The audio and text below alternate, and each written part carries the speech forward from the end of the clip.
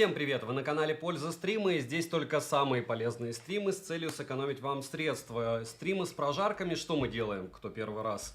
Мы берем смартфон, на данный момент это супер новинка, OnePlus 13, меня зовут Саня, основной канал Польза.нет. На нем вы скоро увидите благополучный обзор на этот смартфон, думаю, где-то через часа 3, потому что он на 95% готов. Я сравнивал его с Xiaomi 14T по камерам, это OnePlus 13R. И сразу по поводу него я бы хотел отметить, что как бы вы ни относились плохо или хорошо к данному смартфону, это глобалка, будьте внимательны, что в некоторых регионах нет 7-20 бенда, если вы берете где-нибудь там, не знаю, в Израиле мне написали сегодня, что у кого-то нет 7-20 бенда в глобалках OnePlus 13 R. Напоминаю, что 13 может быть в глобалке и заблокирована, потому что у меня есть китайская версия OnePlus 13, и глобалку, скорее всего, если вы мне напишите в комментариях, чтобы мы это дело жарили, мы будем жарить завтра. Вот. В чем прожарка заключается? Мы пока его поставим просто 3 раза в Antutu. Вот. 3 раза в Antutu. И после того, как мы поставим его 3 раза в Antutu, мы с вами его сможем благополучным образом 5 секунд оценить. Всех приветствую. Вас тоже приветствую, и я тоже. Вот. Насколько хорошо или плохо этот смартфон справится, вы увидите в ролике. Но в целом, по мне, уже все довольно неплохо. И почему? Потому что в долларовом эквиваленте они продают смартфон также по стоимости, как и в прошлом году.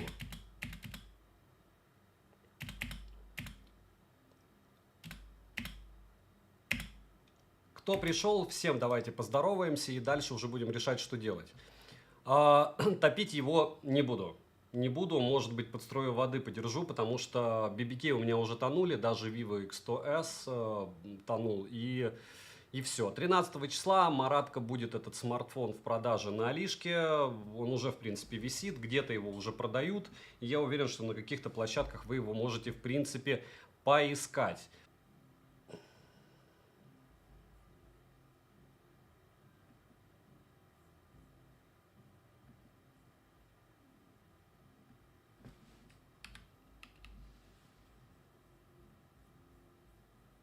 Так, в эфире мы. Сейчас поменяю чуть-чуть.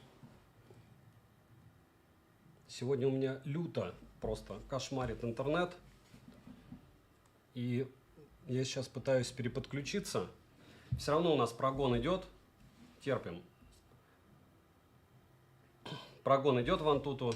И я сейчас не понимаю, что у меня с Wi-Fi творится. Он периодически отваливается. Да, он сейчас отвалился. Сейчас я стримлю фактически через мобильник. Да, как говорится, соляви. Но все будет хорошо. Сейчас разберемся. У меня, если что, 2 Wi-Fi. И сцена 1, сцена 2.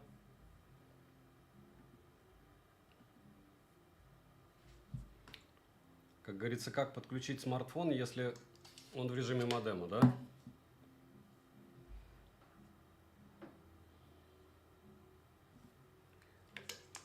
Что такое хорошо и что такое плохо, блин. Так, извините за мой французский. Я даже не могу оценить, насколько хорошо что-то отрабатывает, потому что на данный момент смарт, получается, пытается грузить через мобильную сеть. Доверять. Все. Мне кажется, получится сейчас все. 5 секунд. Переподключаемся по Wi-Fi. Вот вроде 2.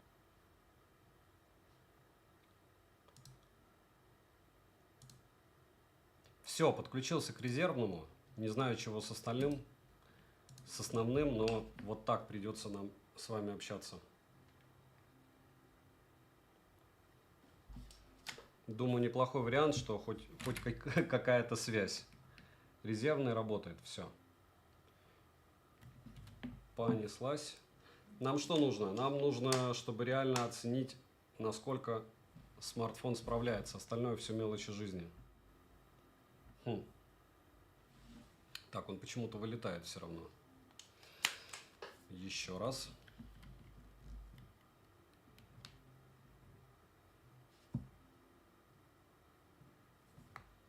Почему через кабель только не хочет? Только через кабель.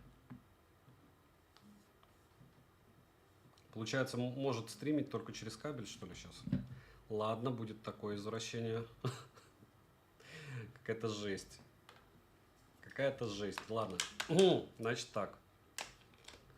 Сегодня все против меня.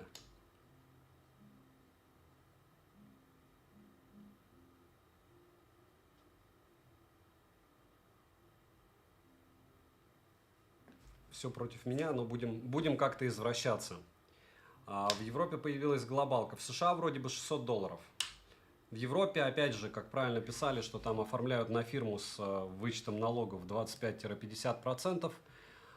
Все висит полностью, да, все висело, сейчас уже ничего не висит. Нужно будет стрим обрезать для того, чтобы все это безобразие исчезло. Но, опять же, нас интересует эксперимент в плане смартфона. И все. Если что, вот он еще гоняется. Я пока извращаюсь с айфоном, который не хочет работать как камера. Потому что сейчас пытался работать как мобильный модем. Так, отключаю. Все. Вот теперь все должно работать адекватно. Все. Барабанная дробь. Всем удачи, не посмотреть, Виктор. Все можно посмотреть, просто потерпеть. Вот сейчас мы победили все-таки систему. Ничего я не смог сделать, к сожалению, с великим и ужасным моим основным интернетом. Он как глючил, так и глючит. И не хочет он работать по-другому. Вот. У меня отключение электроэнергии сегодня было.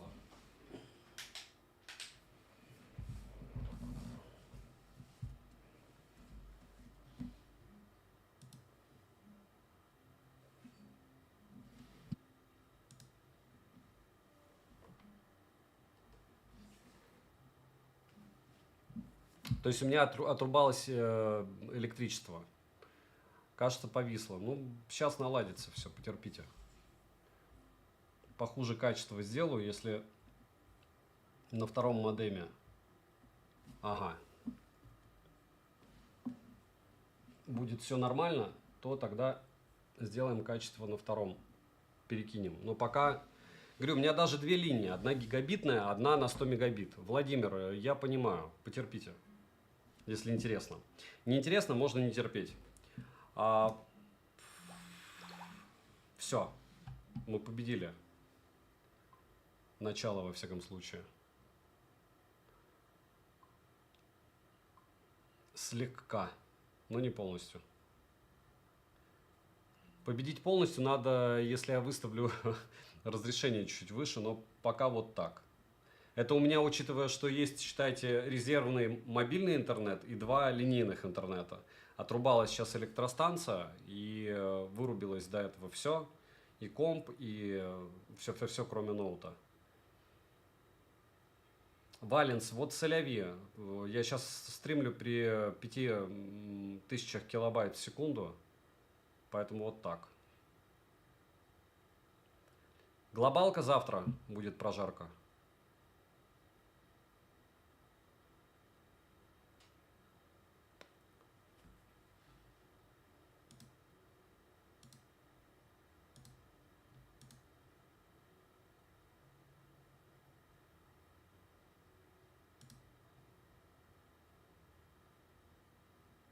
Тимакса не будет.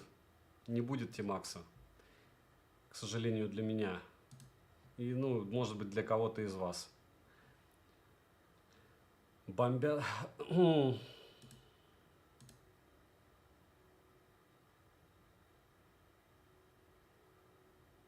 Валерих, ну вот так, а завтра должен быть пока. И как я буду его проводить, я не знаю. Совсем подвис. Возможно, но вроде бы все. Сейчас все будет летать, потерпите. Сейчас все будет летать. Подрубился нормальный интернет вроде бы.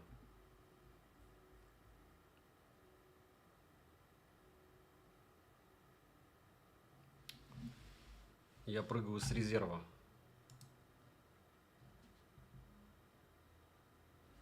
Самое интересное, во всяком случае, все равно будет чуть-чуть позже. Это дело я, наверное, вырежу. И все.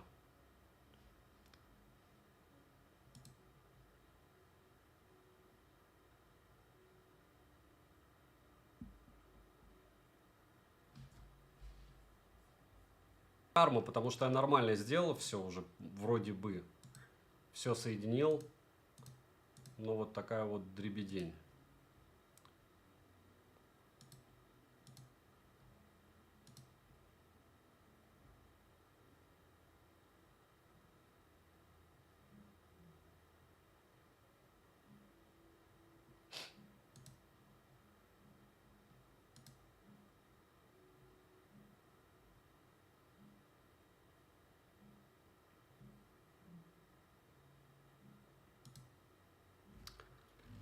Так, 18. Все, более-менее наладилось. По стабильности, конечно, все вообще печально. Но пробуем 15. И думаю, он не будет тормозить. Привет с Краснодара. И вам тоже.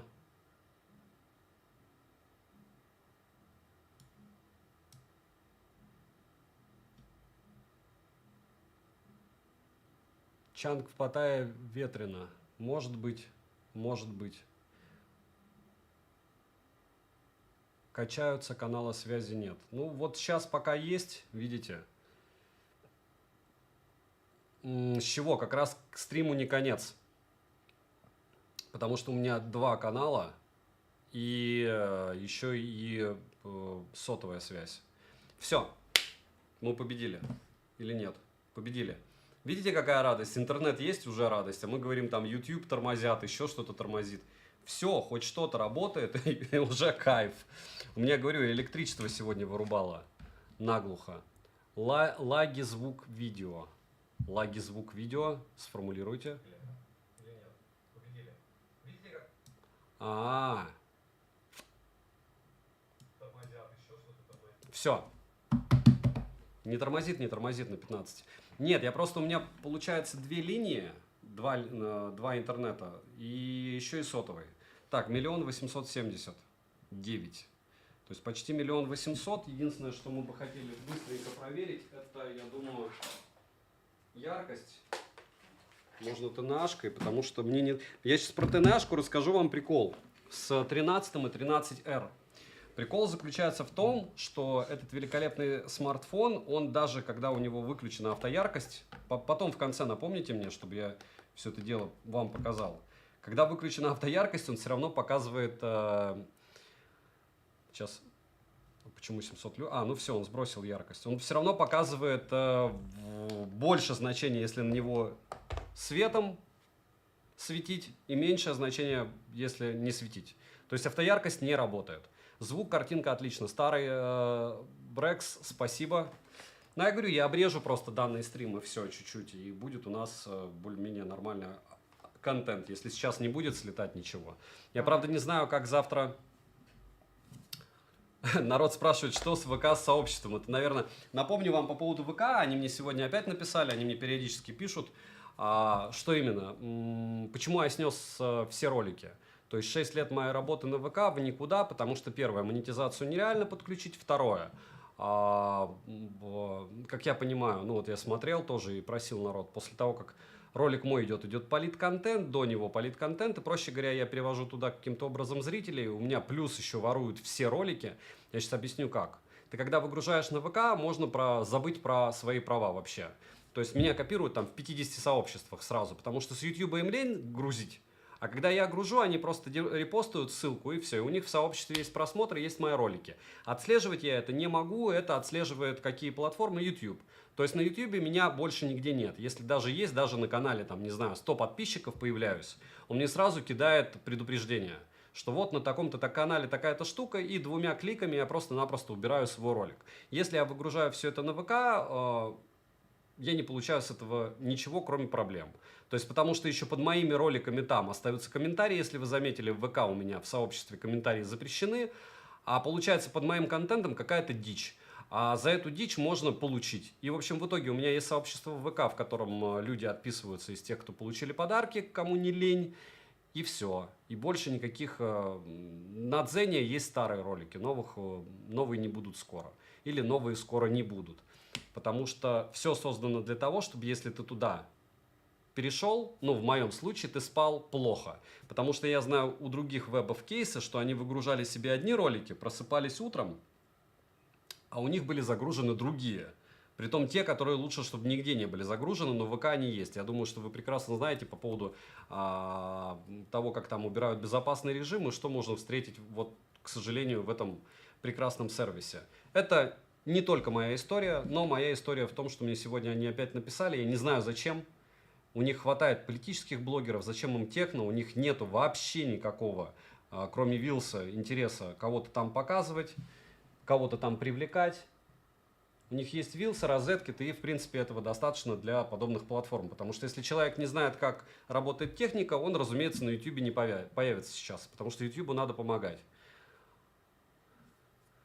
Фил, Слава, он очень-очень мягко прошелся по этой платформе, которая, опять же, не путайте это с федеральными каналами. Я очень уважаю все федеральные каналы. ОРТ, РТР, все, что принадлежит государству. ВК – это не государственная платформа. Это также коммерческая платформа, которая выигрывает от того, что у YouTube проблема. Выигрывает, зарабатывая много денег и убивая конкретно меня как медийную персону, как блогера, и подставляя меня лично. По этой причине я туда грузить, ну, я еще раз повторяюсь, я стер, по-моему, у меня я скидывал стату, у меня как раз стата пошла, там 40 тысяч просмотров в день. Мне они не нужны, потому что это не просмотры, а показы. И я еще раз повторяюсь, как только я туда что-то кидаю, кто-то это репостит, в репостах у них есть комментарии, то есть под моим контентом есть какая-то дичь. Ну, и там в основном дичь. То есть там противозаконного очень много. Ссылок на типа противозаконное прямо на том же ВК. И я боюсь. То есть фильтр у YouTube просто космос. Ничего ты там, вот иди мне спам до упора, ты там ничего не напишешь мне в комментах. Мне не надо 2500 моих роликов палить, что мне там ничего не написали. Рад вашему стриму. Ран Смит, и я рад, что мне наконец-то получилось его запустить. Дичь это в смысле, в прямом. То есть в Даркнете ты можешь какие-то страшные ролики про видео посмотреть, и вот то же самое ты все можешь найти в ВК, только еще больше. Как бы так, если совсем мягко. Да я в курсе, Слава, что там и как, и почему Ютубу плохо. Я не хочу это обсуждать, я просто обсуждаю, почему меня там нет. Это не потому, что я плохой, я там был 6 лет. Просто сейчас меня туда прям начали а-ля подписчики гнать. Приходит, и один комментарий у меня всего в телеге, там у человека за 7 лет существования канала, что «а где ты в ВК?» Я начинаю разбираться, оказывается, я есть в ВК, даже после того, как я удалил все ролики. Просто у меня все это скоммунижено кем-то куда-то, и все. И вот сейчас я рассказываю... Людям приходят периодически, а где можно посмотреть? Можно посмотреть, вот смотрят 120 тысяч человек в двое суток, суммарно где-то 75-80 в сутки смотрят на YouTube. Ну, то есть, как бы, на YouTube никакая стата не поменялась. Повидло, привет. Факт Ям, привет. Олег, привет. Хайзенберг, привет. Да, UFS 4.0. Вообще космос просто. Ну, я все покажу.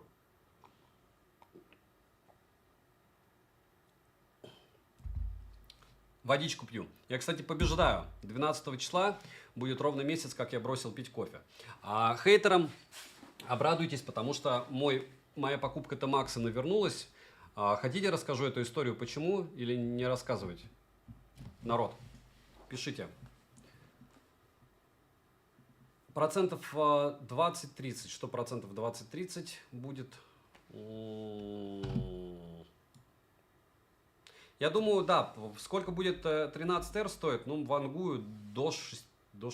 Понимаете, $550. Я не хочу относительно Алексей Кочурин. Нет, это при чем здесь ВК? Они ни при чем здесь. Это воруют, собственно, паблики. Просто там нет контроля этого. Я повторяюсь, если у кого-то есть YouTube, проще говоря, вы делаете любой контент на YouTube, выкладываете на свой канал, и у вас есть вкладка магическая такая. Сейчас вам скажу, какая. Для меня это актуально, потому что правильно говорят, что у меня пусть он не особо интересный, однотипный, как там меня еще хейтеры называют, бесхребетный, бескостный, шаблонный контент. Но он уникальный, потому что блогерам лень вот так. Вы думаете, только у меня 13R? Нет, у всех. Просто народ сидит, ест шоколадки, пьет свой кофе и потом, когда надо, выгружают. Они не будут вам ни ходить обзор одним кадром делать, ни прожарки. Потому что это лень. Они и так соберут свои 100 тысяч просмотров, кто-то 200, кто-то у индусов купит 300 тысяч просмотров, кто знает, тот поймет. И все. Как бы мне обидно, если я делаю столько всего, а потом у меня это воруют. Ну, то есть у меня там 1,5 просмотра, 1,5, 3, 3, какая разница, это мои честные просмотры. А чуваки просто берут их и воруют, и все. Есть такая вкладка в YouTube специальная, авторские права. И вот там лупятся совпадения там, в процентном соотношении, по звуку, по картинке. Вот у меня сейчас их 2. Удалений у меня было уже за последние, получается, полгода 120 роликов я снес. Моих. Какие-то, кстати, я разрешал оставлять. Про TMAX рассказ простой. Смотрите, он стоит, ну, утрированно, я в батах буду, давайте в рублях говорить. Я планировал купить его за 1,2 миллиона рублей в рублях. Total в новый в магазине он стоит 1,9 миллиона рублей, потому что он там без особых допов, без всего. Байк 2023 года. То есть реально его купить, поискать за 1,5. Я планировал за 1,2, договорился, человек привез. У человека магазин. Я, ну, как бы, скидывая на то, что он не понимает мой язык, у меня был переводчик, он все равно делал вид, что не понимает, как его переоформить. В одно место мы привезли, во второе, в третьем месте, ввиду того, что я не езжу здесь, как в России, понятно, ты в ГАИ приехал, и так понятно, ну, ясны законы, где пробивать какие базы. Здесь я у него спрашиваю, нормальный чек, в залоге у банка или нет, он мне начинает какую-то пругу. В общем, я вчера весь день потратил на то, чтобы найти третью контору, которая согласилась за 25 тысяч рублей переоформить байк и проверить его. И он слился, он такой, о, типа, а завтра у меня нет времени. Я такой, ну и хорошо, все, я тебе заплатил, я ему заплатил 30 тысяч рублей, технически даже, нет какой, да, 30 тысяч рублей, чтобы он туда-сюда съездил вот один раз. И на следующий день он мне в этом вечером пишет, что там объясняет. Я говорю, ты согласен через эту контору, которая проверяет делать? Он, да, нет, он меня сначала пытался все в ГИБДД, в Бангкоке, еще где-то позвать. Я говорю, мне это не интересно, у тебя могут быть там знакомые, я нашел контору, хотя не ты, хотя тебе интересно продать его. Он его технически купил за 600. Вот, хотя это тебе интересно, я готов взять на себя риски и купить через контору. И вообще он меня довел, что в 2:30 ночи я ему написал, послезавтра приезжаю утром, тогда я у тебя его куплю. А он приехал сегодня с утра и написывает мне с утра, ты очумел, где ты, бла-бла-бла, то есть, ну я не знаю, в чем, что за прикол. И плюс, если отматывать историю изначально, я не собирался покупать этот байк. То есть я сидел просто в одной из маркетплейсов, искал объявление в одной штуке. Увидел байк желтый, думаю, о, прикольно. Открыл, и он мне просто начал написывать. Ну, то есть накидывать, понятно, что им надо продать. В итоге, плюс к этому еще я отмечу, что T-Max и X-Max, вот мое заключение сейчас, X-Max лучше, чем T-Max. На 100%, потому что у него 2 бардачка, у него больше багажник. Если ты покупаешь T-Max, тебе сразу еще и багажник покупать, и это становится просто махина. И от того, что он у тебя дергает сразу, и жидкокристаллический экран, запускается он плохо. Вот если брать запуск обычного двигателя на T-Max или на PCX, он запускается плавно, без каких-то там глюков. А от того, что на T-Max мозги, у меня сразу там, а под водой, а это от жары, что с ним будет. То есть мне кажется, что все эти супер девайса, ну вот утрированно T-Max у меня 400 стоит. Эта штука 1 200 000. Разгоняются примерно одинаково, скорость примерно одинакова. По ощущениям вводишь, я думал он больше, он примерно такой же. Почему в 3 раза, в 3,5, в 4 раза дороже я хотел его купить, я не знаю, потому что я, наверное, старый дурак. И была такая мечта. Но я покатался, плюс это проблемы. Я считаю, что любая техника бэушная, с электроникой связана, еще с чем-то. Если ты чувствуешь какой-то подвох, ну его нафиг. Потому что одно дело, я просто потеряю это деньги, другое дело, меня под белые рученьки заберут, расскажут здесь, что я какой-то там мошенник, еще украл его, или еще банку должен что-то, еще какие-нибудь проценты. То есть, ну зачем мне так встревать? Понимаете? Если меня уж поломает, пойду я его закажу себе новый, и все, вот, и все. Хотя, опять же, чтобы вы понимали, здесь Toyota Camry в полной упаковке 2024 года, начало, стоит 3600. Камри упакованная, вообще full, high bird, вот это вот. Просто 3600, от 3600 до 4. Обычную какой-нибудь там Toyota, вот это огромный Highlander, 1,6 миллиона рублей. То есть здесь цены на машины просто копейки. Покупать байк по цене очуменной тачки, ну это как бы глупо. И все. Ну то есть и все. И в конце концов, я даже если переводить на смартфоны, я купить могу 20 смартфонов. Какой 20? 15, по 45 тысяч рублей, допустим, сколько? 30 смартфонов могу купить. 30 смартфонов, 90 роликов или 4 месяца контента.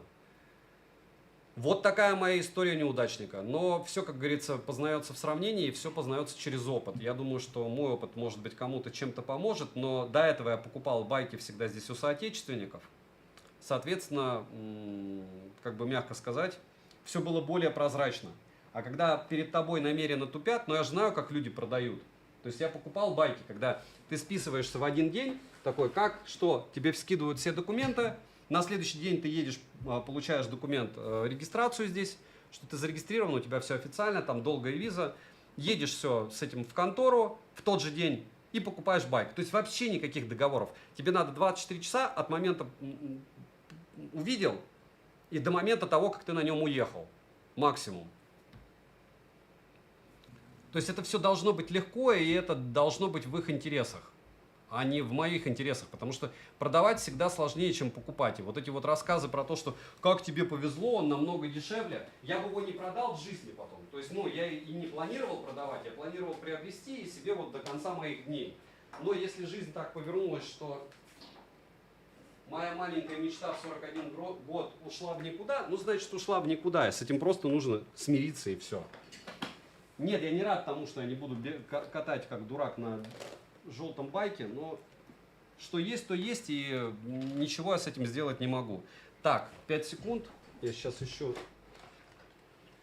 чтобы измерить температуру для вас и для себя. И потом мы измерим яркость. Ну, второй прогон, 40 градусов, очень даже неплохо для Snapdragon 8 Gen 3. Очень неплохо. Мутный продаван, да, все это должно быть легко, когда ты покупаешь непонятно у кого, непонятно что, и ну, хочется, чтобы это тебе разжевали. Ну, как бы просто разжевали. Видно, что какая-то нездоровая штуковина. Кстати, OnePlus 13, сейчас 13 глобальный положу, чтобы был видон более-менее. И вот где мой... Ладно. Я пытаюсь найти... Наверное, он упал куда-то.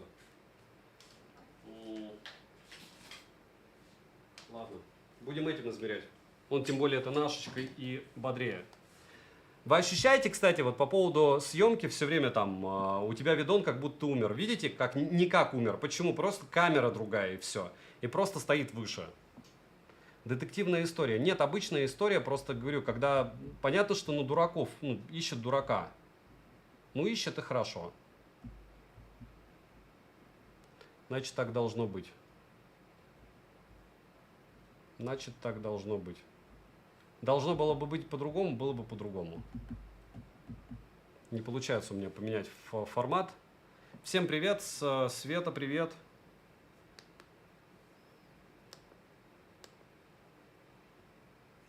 Не понял ничего.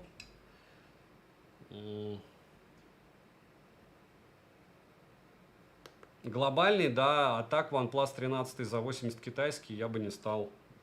Я не знаю, какой сейчас курс. Если там курс 150 уже, то да, наверное, надо стоит. В долларах пишите. Я без сарказма это говорю. У меня кружки вот эти, мне там народ пишет, не все в долларах получают. Да, в Турции получают в их национальной валюте, в Японии в их национальной валюте. То есть я прекрасно понимаю, но просто электроника вся продается в баксах. И когда мы рассуждаем, что вот это дорого, это недорого, это такая же цена, как в прошлом году. Просто некоторые национальные валюты за этот год очень сильно просели. И все. Потому что мне это неинтересно к Heroi. И все. То есть вы пользуетесь Mac Mini? Есть же много блогеров, пусть те, кто рассказывали про них, их прожаривают. Что какая-то лабутень. Ладно, потом. Сейчас он догонит, и мы увидим. И мы его догоним. Где-то это у вас такой курс романтичный. Ну-ка, курс доллара в наличке.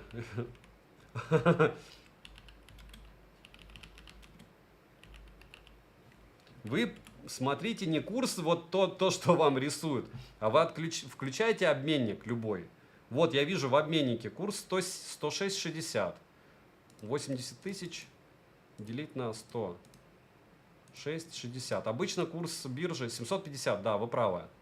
А теперь курс Али, для примера. Теперь платформ, потому что им надо еще это переводить, эти деньги куда-то. Ну да, примерно такой же. Дорого чего, не дешево.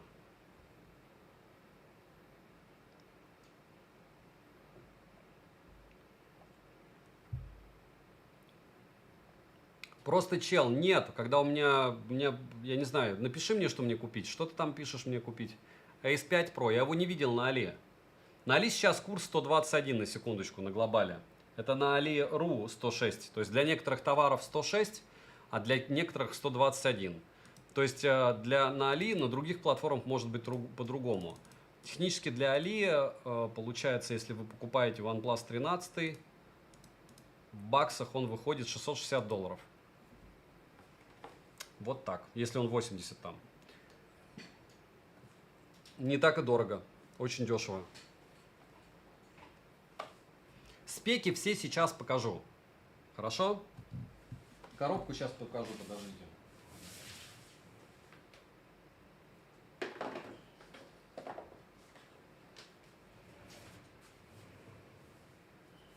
Вот обычная коробка. Так. 12256, Noir 2545. Ничего БУ не надо брать, тем более iPhone 13, он будет у вас разряжаться быстрее, чем вы будете об этом думать, так же, как и 13 Pro, начиная с 14 версии, более-менее все. Тибу, а вы продаете и то, и другое, потому что вот наверху у меня есть вопросы, что лучше только через него, только через Donations. Тем более про девайсы, про которые часть из них я не рассказывал. Yours, спасибо большое, теперь вы будете в бане. Если вы будете вспоминать какие-нибудь платформы без меня, здесь прилетает бан. Потому что последнее, что я заказал на Озоне, это было 2 X6 Pro, и оба из них у меня были отказ на таможню. Вы хотите скам-платформу рекламить? Окей, кому-то что-то приходит, даже мне что-то приходит. Но последнее это X6 Pro. Две штуки я заказал, 2 штуки развернули на таможню. То есть курс еще вырос. Кстати, Honor 7 Pro я также заказал на Озоне, проморозили деньги месяц. Теперь на тот момент курс был 81, теперь курс 106. Та-да! Я не знаю, как в китайской версии 13R. Сори. Я его даже в продаже не видел. Если бы я его видел, я бы уже купил. Всем привет, и тебе привет.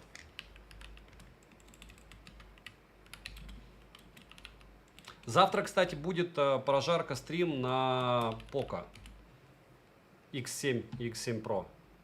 Я думаю, одновременно его и пожарю для вас, если вы не против. Я тоже только S3 Pro вижу, а не вижу на Алихе S5 Pro.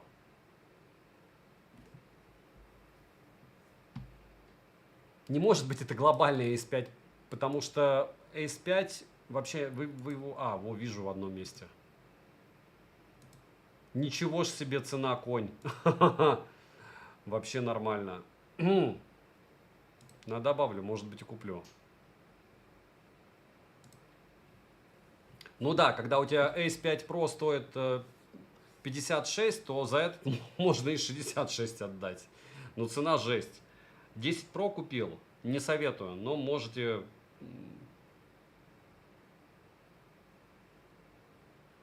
Сергей, я не советую Red Magic. ZTE это третий эшелон. Хотите выбросить деньги, покупайте. Есть очень много продавцов на YouTube, они мотивируют для того, чтобы купить эти ZTE-шки. Welcome. Смотрите их обзоры, прислушивайтесь к их мнению. У меня мнение чуть другое. За эти деньги лучше покупайте А-эшелоны. То есть, как бы я ни хейтил в Oppo, Xiaomi, Vivo, iQOO, что бы я ни говорил о них, это бренды А-эшелона. Вот.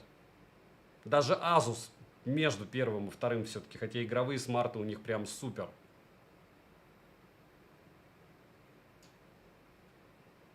Олегович кого получил? Что я получил? Есть, да, есть бренды, которым не страшно, и они могут что-то предоставить. Вот это одна из тех историй. И все.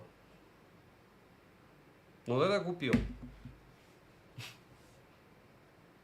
Xiaomi сейчас, скорее всего, буду заказывать все. Poco один заказывать, один не заказывать. Может быть, завтра прожарим Poco, если я договорюсь все-таки. Потому что там тоже хитрая история. Все, что вы видите, если что-то вы видите очень рано, знайте, что основная договоренность была по срокам, а больше никаких договоренностей нет.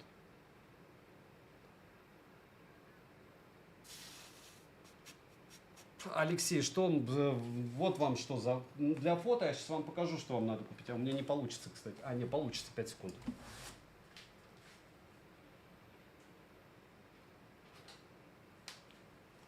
Вот вам что надо купить для фото. Z10VE с переменной оптикой. Десятку докидываете, у вас компактный, как и телефон. Фактически не намного он от того, что меньше, у вас зато оптика. Оптика. Во всех остальных случаях вы будете подбирать под себя смартфон, который лучше рисует просто. Они лучше фотографируют. Ну и опять же, вам скиллов это не добавит никаких технически. Могу посоветовать вам посмотреть канал Польза.нет. Что купить, я вам показал.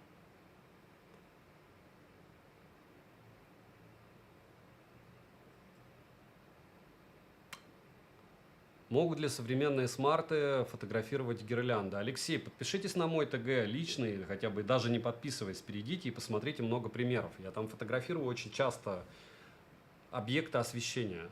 И нет, конечно, причем здесь смартфон, а что вы сможете?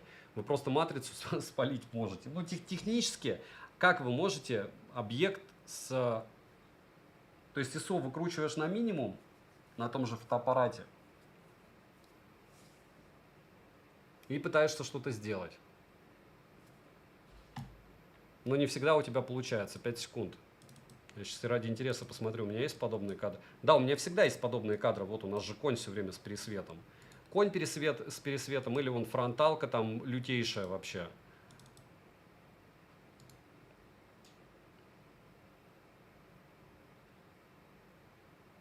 Гистограмма.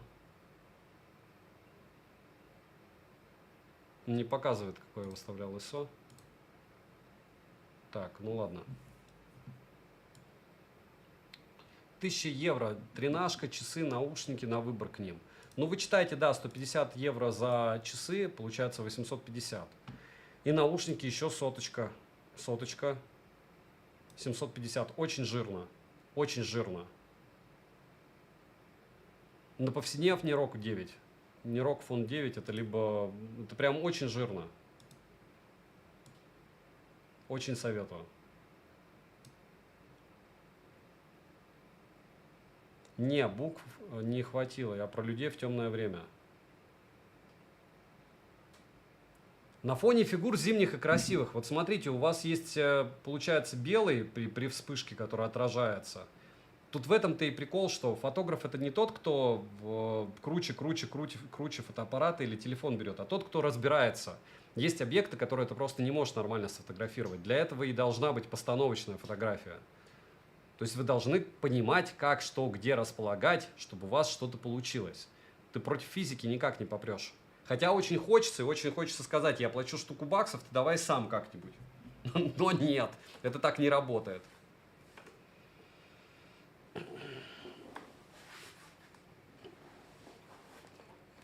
А где вы взяли Realme 14 Pro Plus, если у них только 13? Данир, привет.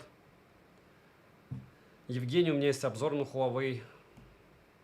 Кларк, это дети. Не реагируй, не нервничай. Такое бывает. К сожалению, даже несмотря на то, что я сделал не горизонтальный, а вертикальный стрим, детей много.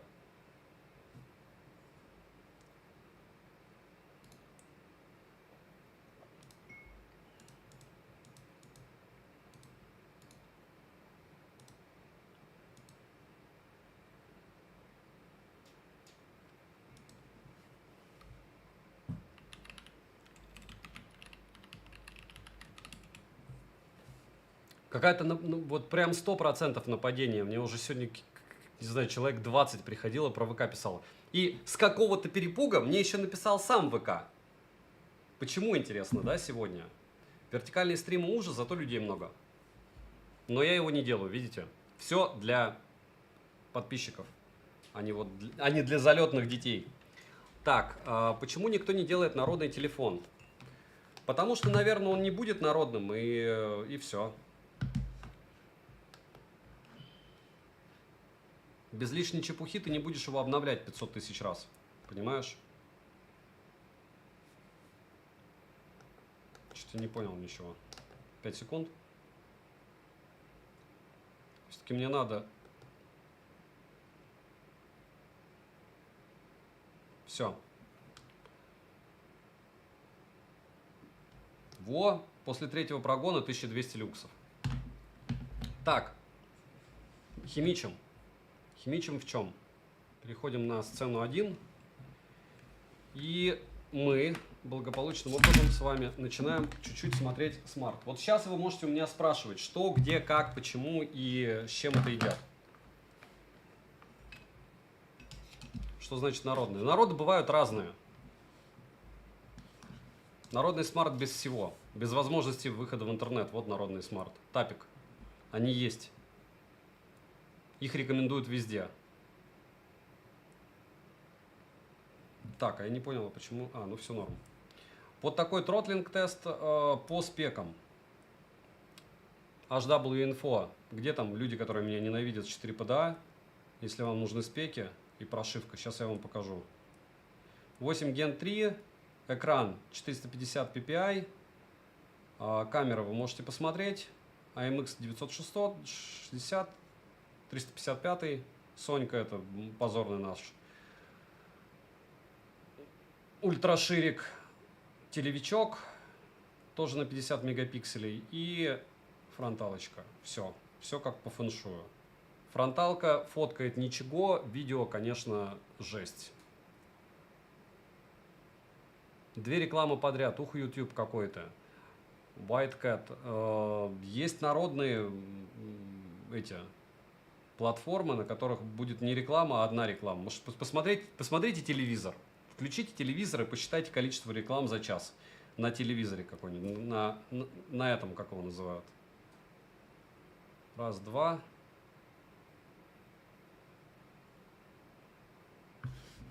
Так, ну, датчик приближения нам и не нужен был. Зачем я его проверяю, не знаю. Storage тест, вот, по поводу UFS 4.0. Обратите внимание, 212 тысяч баллов. На секундочку, 212 тысяч баллов. Стоит ли брать Ace 5 Pro или лучше переплатить за глобалку? Лучше переплатить. Вот, либо не брать вообще его, либо переплатить, потому что паласы блокируются. Ace 3 Pro может быть перешит на Global по-разному. У меня, допустим, Ace 3 Pro был перешит так, что он не обновлялся. И это та еще печаль, я вам скажу. На турбе тест не был. Вы хотите еще на турбо режиме? Так вот сейчас какой по вашему режиму? Вот этот значок что значит? Смотрите, сейчас я вам покажу. Вы хотите, чтобы я так понял, 5 секунд, через игровой этот, играть. Да что ж такое, как ты меня бесишь. Это режим Pro и был. На каком еще турбо, если это режим Pro? И турбо режим, вот он у меня включен был. Если он не отрубился, сейчас мы проверим. Система обновления. Не система обновления, а в аккумуляторах. Батарея. Куда еще больше режим? Какой-нибудь маслом его помазать? Стрим лагает или камера? Это камера на айфоне. Я не знаю почему. Можно попробовать отключить и включить.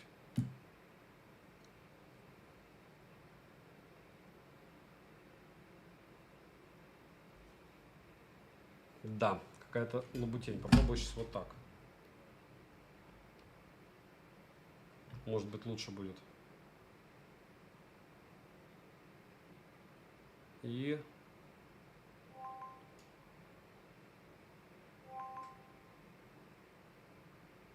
возобновить.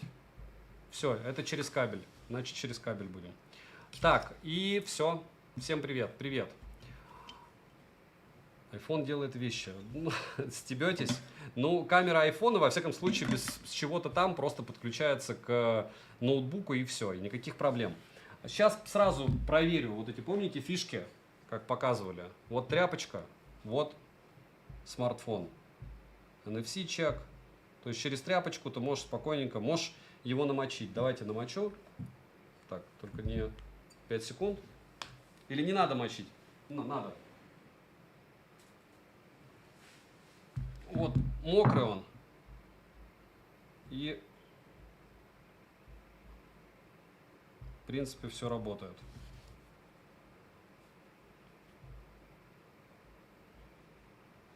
То есть даже мокрый. Еще что проверить?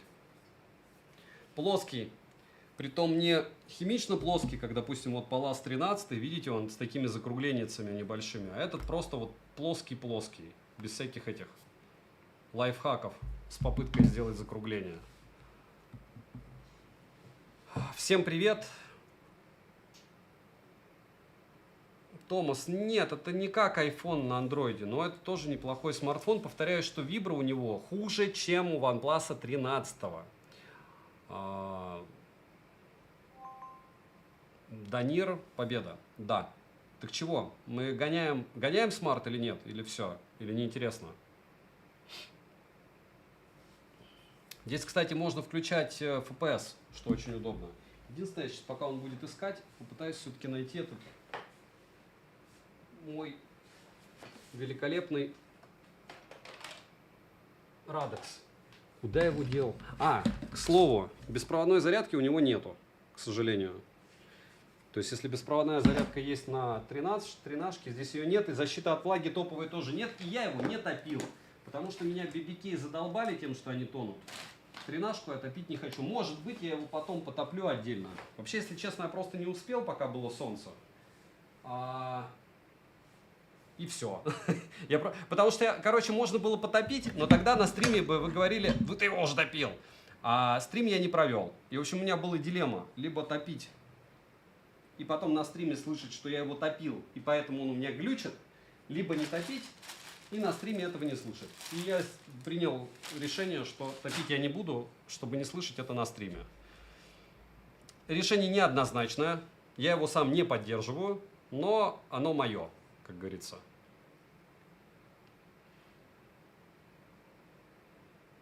Nord 4 не твое. Ну, хорошо. А я тут при чем? Это ты не мне отвечаешь, скорее всего, да? Так, и игровой режим сейчас выставлю. Игровой режим. Сейчас сразу состояние системы. Настройки. Full Audio. Настройки. Ничего тут такого нету особого.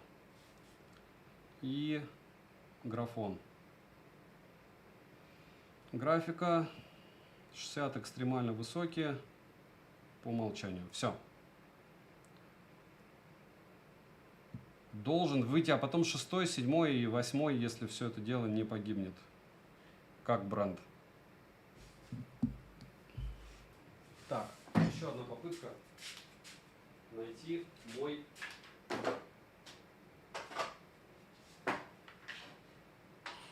Radex.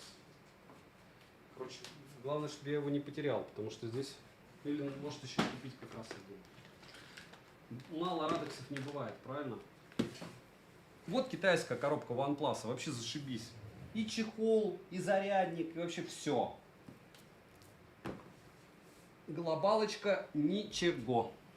Просто ничего. Телефон упал.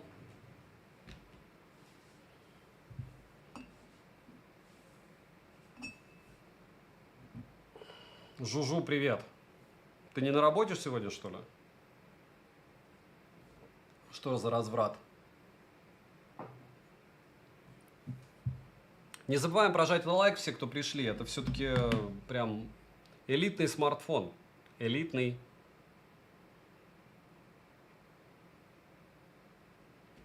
Отклик на касание еще выкручу. Хорошо. Еще отклик выкручу. По-моему, я его выкрутил. Правда, я не на стриме, наверное, это делал. Что он меня бесит вот этот вот. Все. Так, максимальная яркость зафиксирована. Адаптивная. В режиме Pro это надо. Она там по умолчанию стоит максимальная. Отклик на касание ультра. Вот, видишь? Ультра. Частота обновления высокая. Все.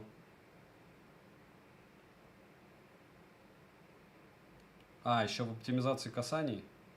Чувствительность. Вот по сотке. Я же говорю, я выставил. Я уже гонял его.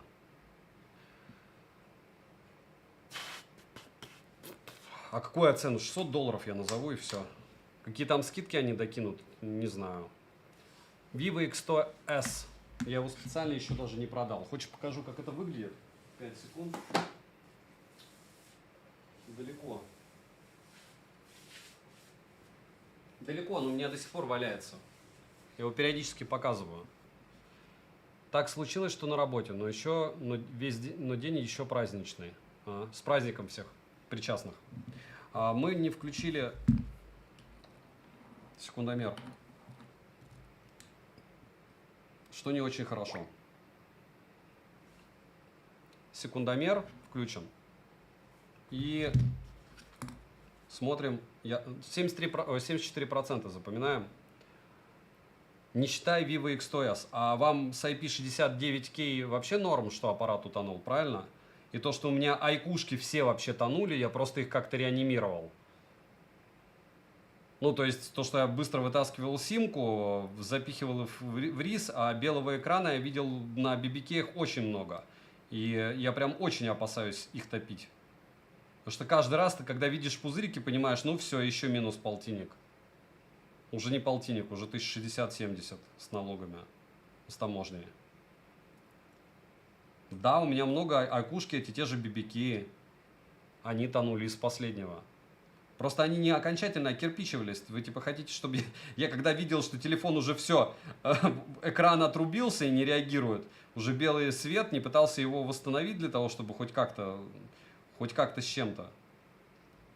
Сразу видно, человек канал не смотрит. Архитектор, привет тебе. Universal, Брига, Юра. Если все будет хорошо, завтра я эпока прожарю на канале для стримов. X7. Хотите? X7 прожарку сразу с презой. Это будет сильно? Или сильно смешно? Или разрушу всю интригу кому-то, и не надо так делать. Нужно включить человечность и забыть про это все.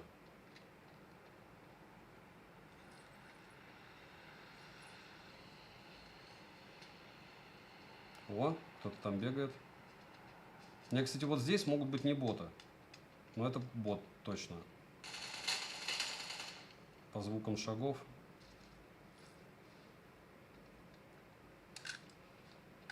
Жанна, привет. Какой телефон можно купить за 50 тысяч? Сотовый, черный, синий, желтый, оранжевый. Можно даже фиолетовый попытаться найти. Соленый, сладкий, не знаю. А вот насчет этих всех штук я уверен, что много есть вариантов. Так, стоп, где здесь были стрельба? О! Ага, это значит, что он меня видит, а я его нет. Если бы это был бот, не бот, то тогда бы мне уже был кирдык. Хотя, может быть, мне еще будет кирдык.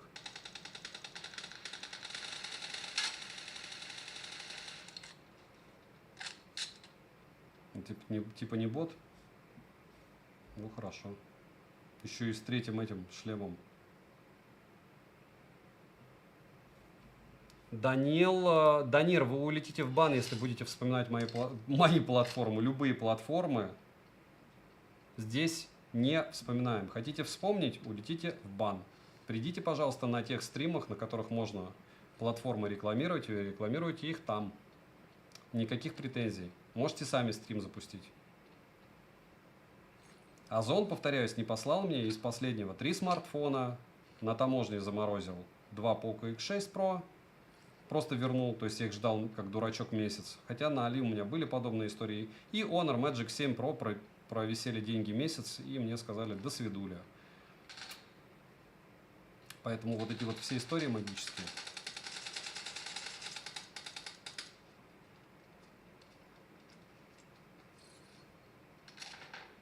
Опа.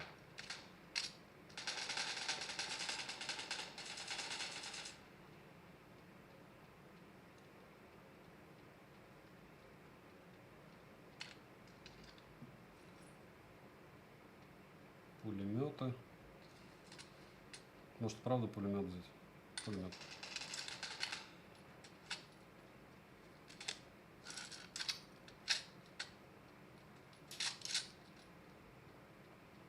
Еще команде типа.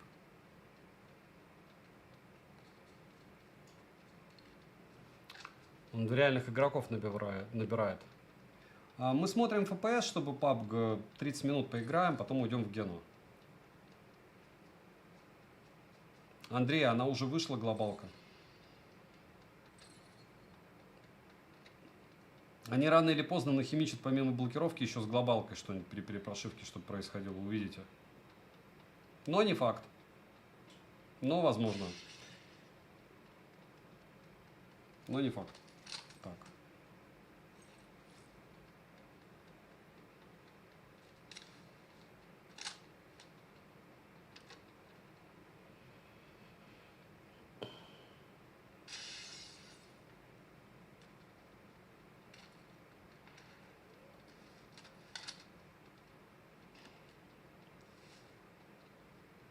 Ну-ка, что там было?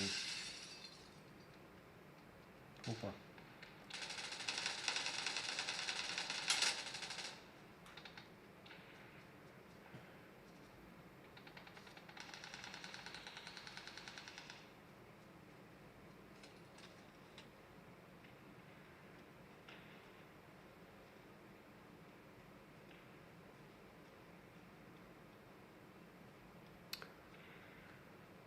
Почему на эти вопросы игнор? На какой? Лучше взять глобальный.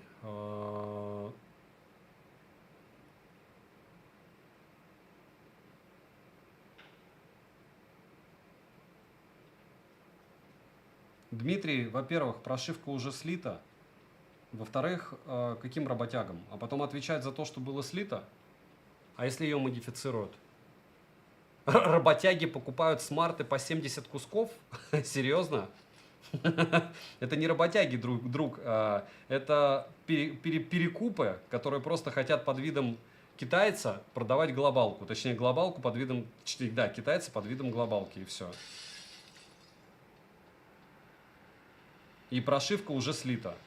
Не мной, хочу отметить.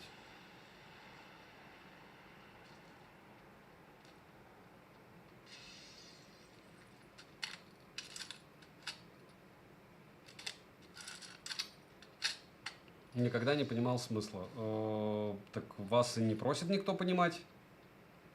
У каждого свой путь, у каждого свои интересы. Мне, допустим, нравятся вот эти штуки гонять. Мне уже не особо нравится в Геншин, а вот в эти почему бы нет. Диабло почему бы нет.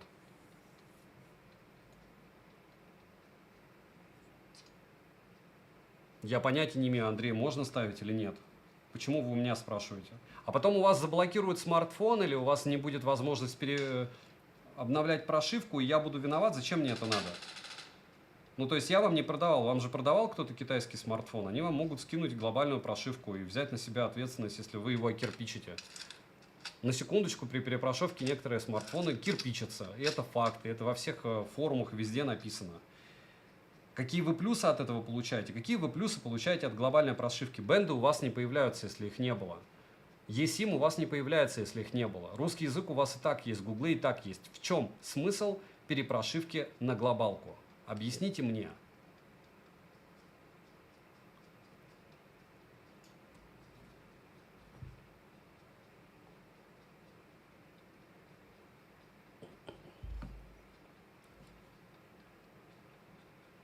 Рахим, вот вы, кажется, догадываетесь, что я буду обозревать в сравнении с OnePlus 13.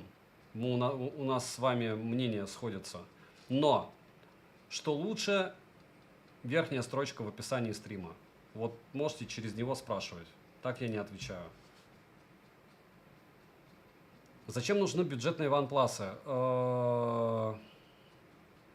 Людям, которые не нужны камера, они просто используют его как смартфон и все. Серфить в интернете.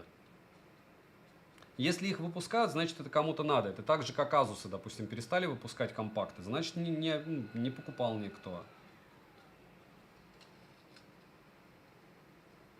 Вот с этими то же самое. Если кто-то и выпускает, значит, они кому-то нужны. Для чего? Чтобы название поменялось? Кала на Окси? Вот в чем смысл? Еще раз, Слава. В чем смысл? Чтобы найти эти 3 пункта, которые отличаются, там, по вибро какой-нибудь, еще что-нибудь. В чем смысл?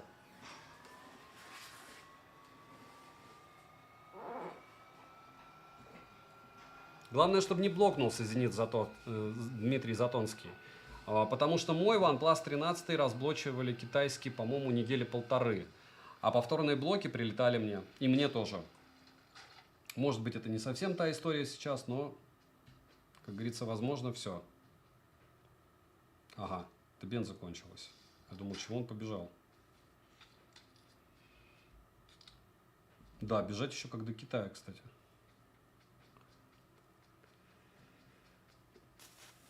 12 R, мне не нужна камера. Ну вот. Я не буду ни с кем спорить. Если вы считаете, что китайский смартфон, перешитый на Global, будет для вас более надежный, будет лучше работать, лучше ловить, и с ним будет меньше проблем, шейте. У нас сейчас не форум из разряда того, что не диалог. Стоит ли перешивать китайские смартфоны? Чем бы дитя не тешилось, главное, чтобы это доставляло удовольствие, без сарказма. Вот в кайф вам купить китайский смарт, который может быть заблокирован. Покупайте. Уверены, что вы его не заблочат? Покупайте. Уверены, что при прошивке у вас ничего не случится? Покупайте. Уверены, что будет проще продать перешитый китаец, чем глобалку? Покупайте. Вот все. А чуваки, которые в Европе пишут про 1000 евро, это прям жир, если вместе с ним отдают и часы, и наушники.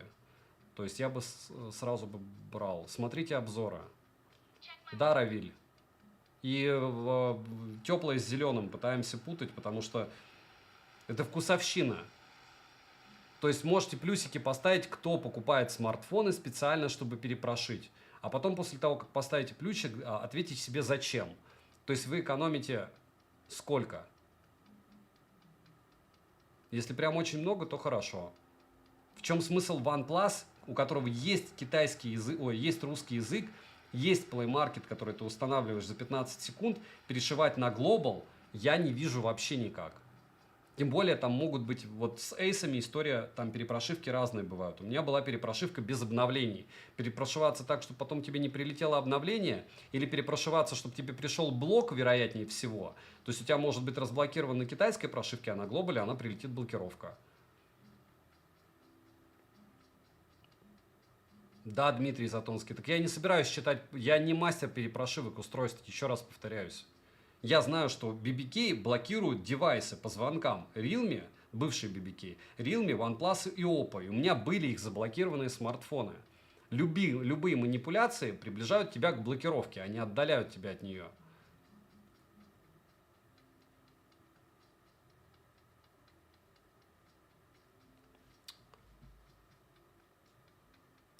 Олег,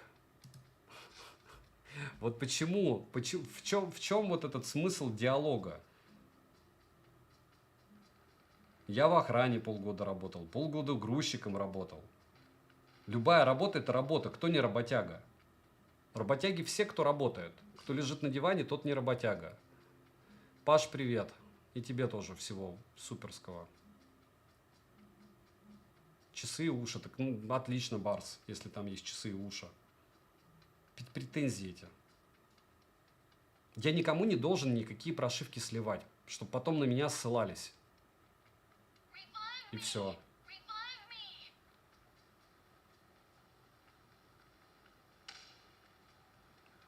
Где взяли прошивку? У Сани.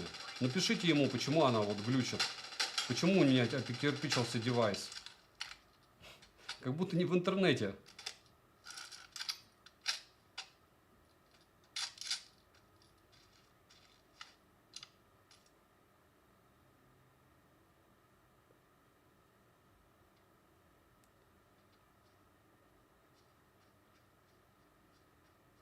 Микс, еще раз, у меня был Ace 3 Pro, он не обновлялся. Ace 3 Pro.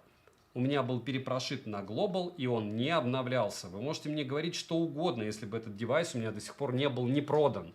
Точнее, он до сих пор не продан. Почему? Потому что он не обновляется. Мини-кирпичик.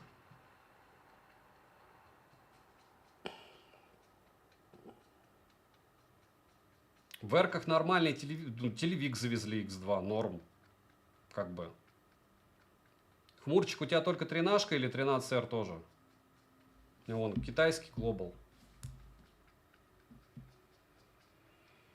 Можно, Юрий, перепрошитый. Можно вообще в какого угодно взять. О чем мы дискутируем? Хорошо ли перепрошивка? По мне нет. Если вы считаете, что это не увеличивает риски, окей. Я же не говорю не перепрошивать. Перепрошивайте. В чем диалог? Опа.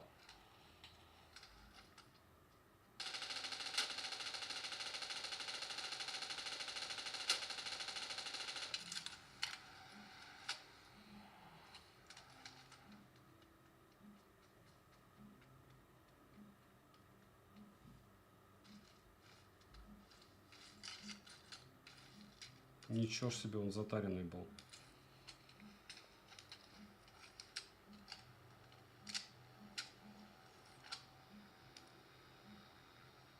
У него, как говорится, было все, чтобы победить. И даже чуть-чуть больше, чем надо.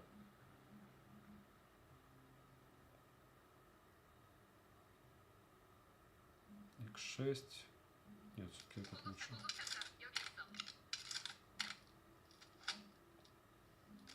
Нет, это бесперспективняк.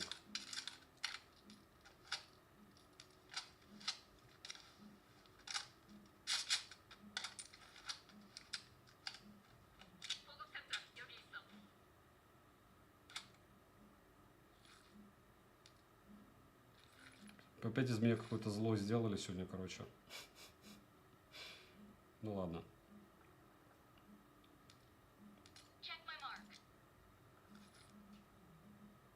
Так, и куда еще? Вот этот.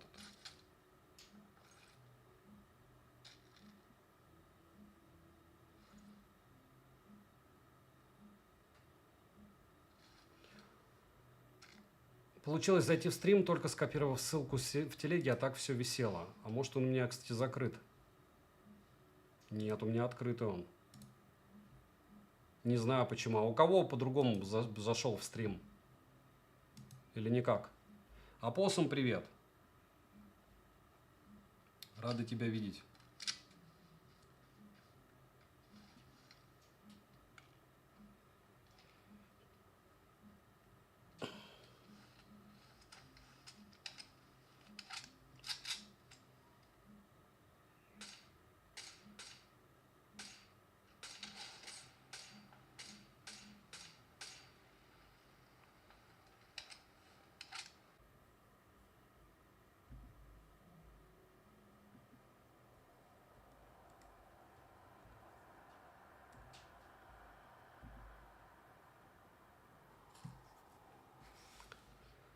Так, переподключился к другому стриму.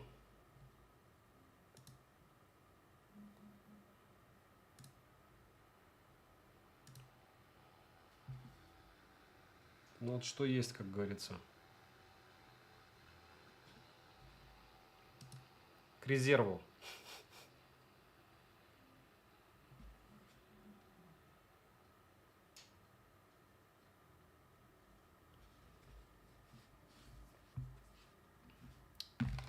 Так, температура 39.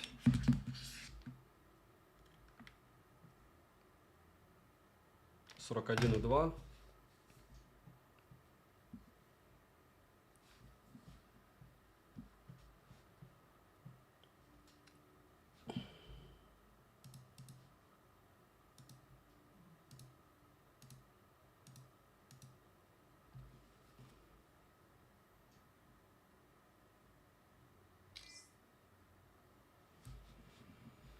И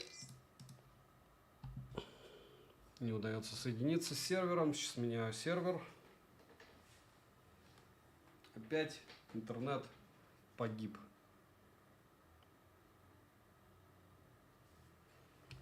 eSIM есть. Это же Global. В 12R есть eSIM. Сейчас покажу. Так, а сколько мы играем уже? 20 минут. Пам-пам. Ну, сейчас, пока он будет искать. Почему нету? Есть eSIM.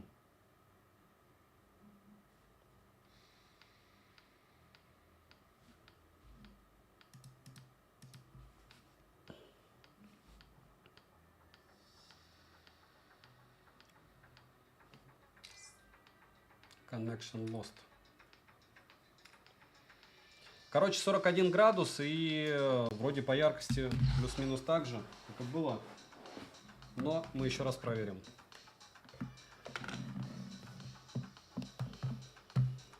Беспроводная... Миш, ну вы издеваетесь? Есть же YouTube.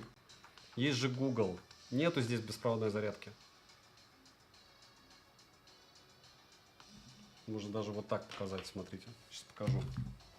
Наглядно.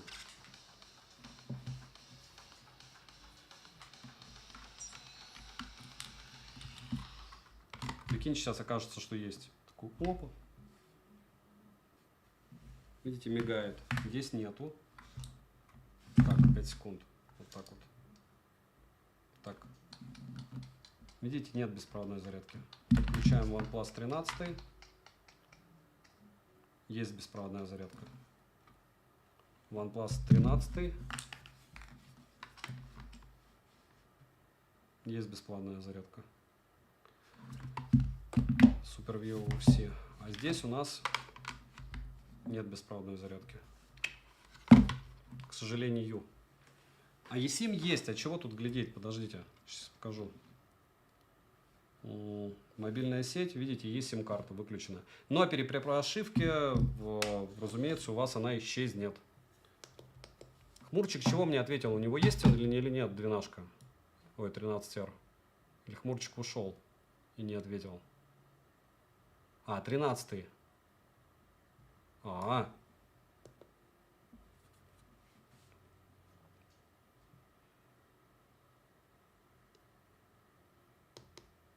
Так, ну и яркость 760 люксов.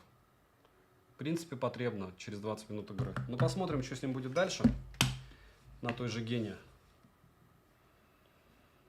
На той же гене мы увидим.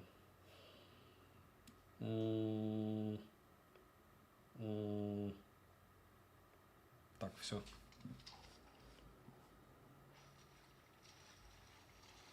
Можно и вместе, какая разница с кем. Нет, это просто не знаю грязи. Не вижу грязи. Он просто быстро пачкается, а я чаще всего ношу все без чехла и все. 13 Чини, 14R. Посмотрим, да? Мистер Бро, 16 Pro Max мой основной телефон. По многим причинам, в первую очередь, последнюю в серединке, это безопасность ТЧК. Вот. То есть для работы с банковскими приложениями, с переводом средств и всем остальным это вещь. Мое мнение.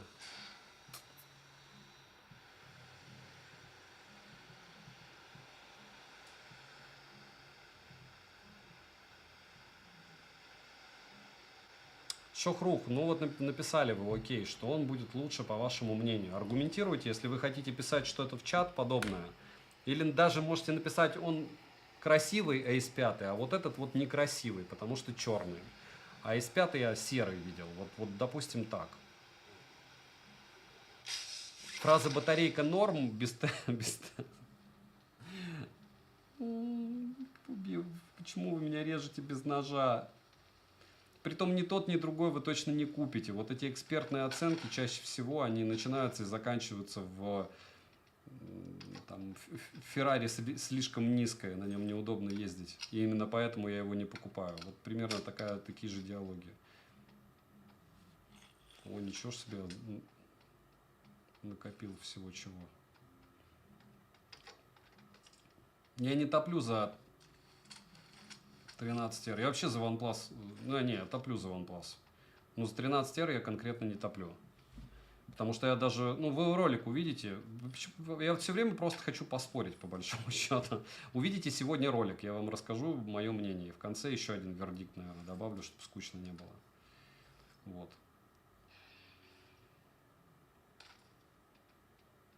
Субфлагман. Vivo X200 почему-то. Вот. Хотел сказать iPhone 16 Pro, либо Xiaomi 15. Почему-то даже S24 мне не пришел в голову. Sams. Это тоже популярная тема.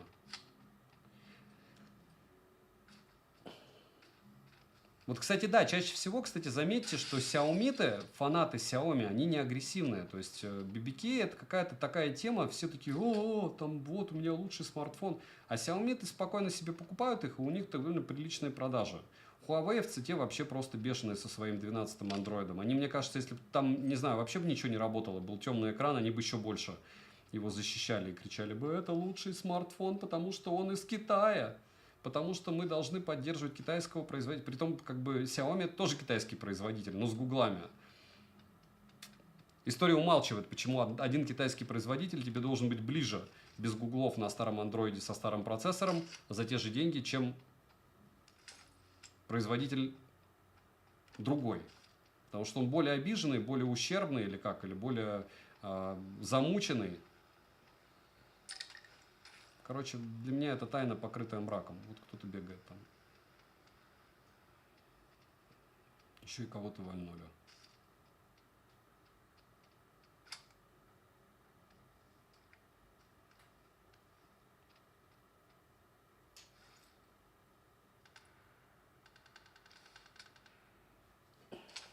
Зигзаг, огромное спасибо.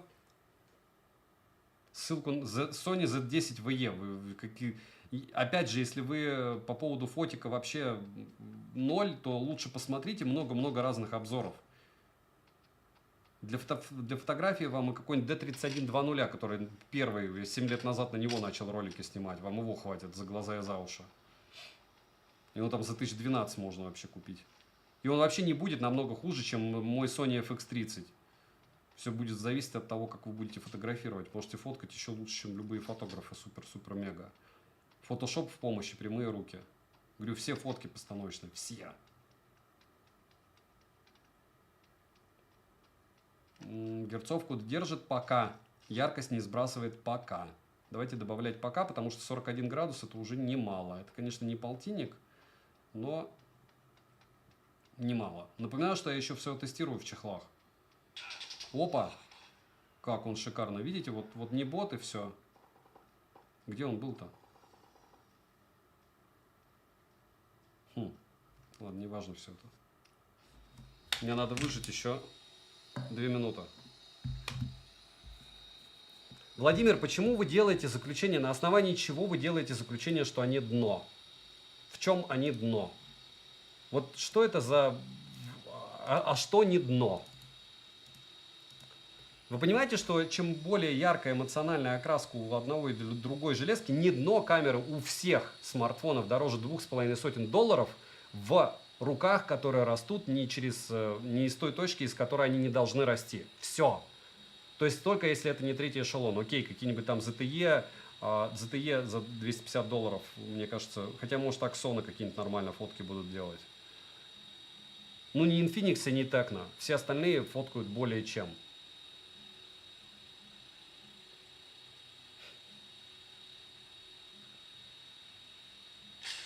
Миша, так если ты не послушал, напиши тем, кто тебе его советовал. Я говорю, все, кто советовали Huawei, ну, понятно, первое будет отрицание. Саня Польза вообще просто моральный урод. Он не советовал, а я вот купил, а он так классно фоткает. Потом принятие, что у тебя половина программ не работает. А потом уже озлобление на, собственно, бренд, который тебя наегорил, и людей, которые это дело пиарили. То есть, я вас понимаю, я не знаю, как вы это продадите, и я вам сочувствую. И советую смотреть людей, которые не ангажированы Huawei. У Huawei очень много денег, они очень хорошо могут себе позволить купить мнение того или другого человека. Если я серьезно, я с ними пытался работать. То есть, как бы, у меня же есть реклама от Tecno Infinix. Я вам говорю, что все норм, там, вот норм. Если у меня нет чьей-то рекламы, это не потому, что ко мне не пришли. Просто я не договорился, потому что у меня основная база это, чтобы не потерять подписчиков и доверие.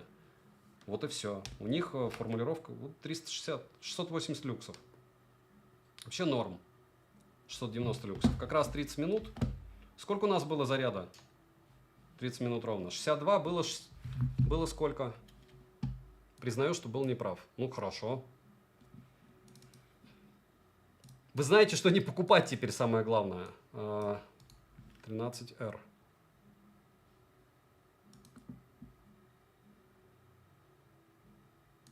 Что это за мат? 74. Вместо Геншина Диабло. Диабло не сильно грузит. 74. 24% в час получается. 24% в час. Кстати, он у меня заряжался без быстрого режима час 10 на секундочку. А вот с быстрым уже 52 минуты.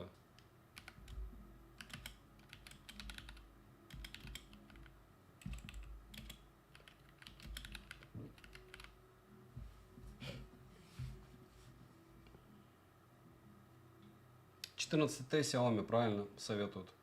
Так, запоминаем 62%. Ну, мы нормально поиграем, потому что интересные смартфоны. Я думаю, что во все поиграем. Чуть-чуть.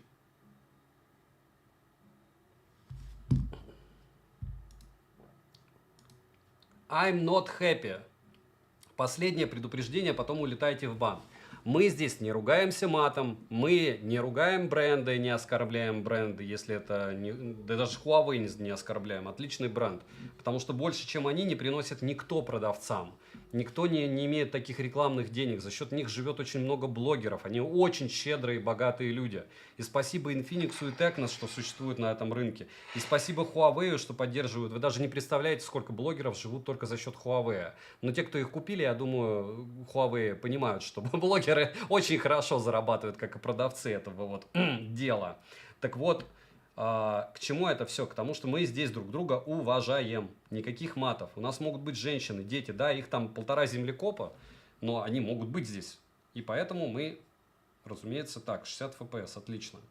Показываю, смотрите, чтобы вы были в курсе перед тем, как мы засекаем, что 60 FPS у меня стоит. Чуть-чуть я громкость включу. Вот. Чего еще? Обновление не надо. Можно возвысить, перейти к возвышению. Так, а почему не возвысить? В общем, короче, все нормально здесь. Кто может ко мне присоединиться, други? Подтвердить.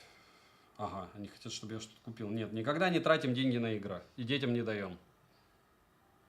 Ник Либра, привет. Да, сегодня обзор на основной 14Т. Вы не против?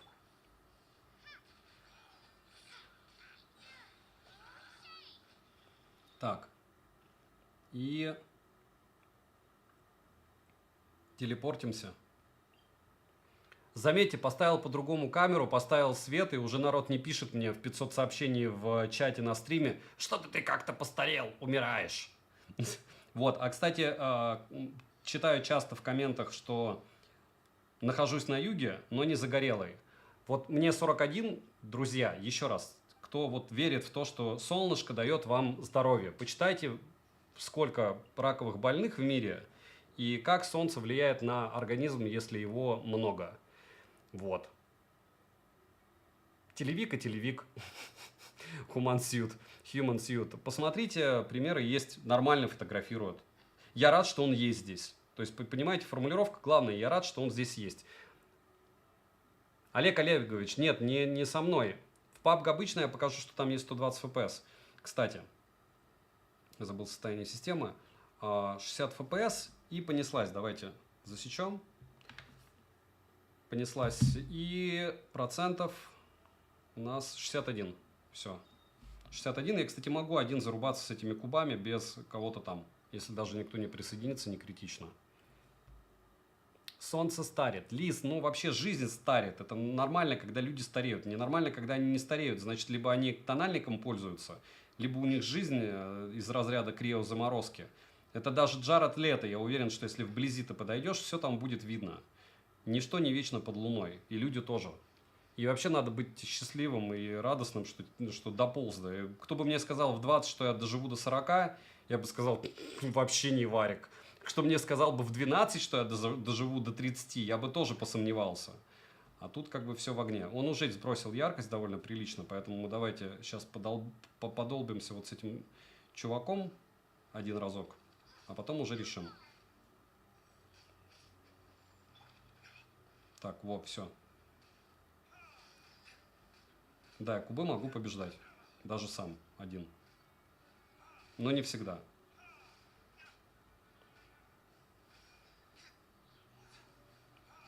Вообще нормальная тема вот этот вот тип. Опа. Так. О, все, нашел его. Меняемся.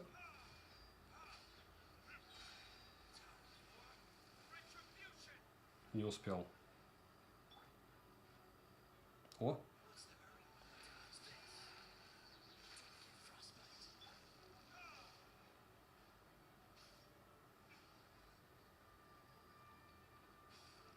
Не понял.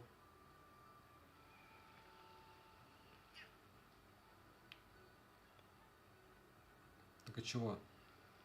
Где этот тип? Подойдет? Нет? Все.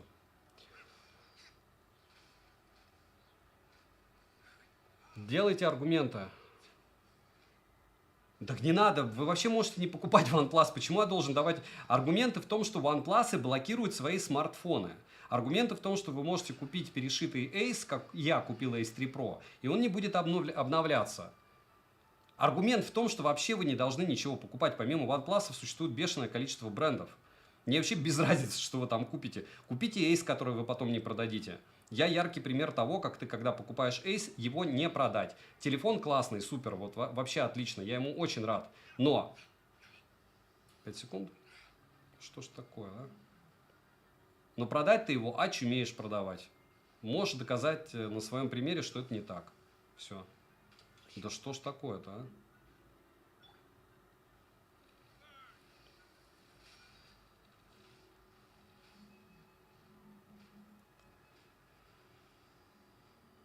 Так, и...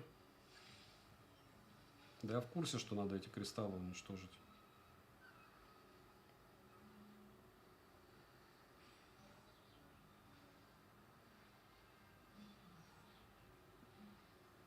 Все, не успел.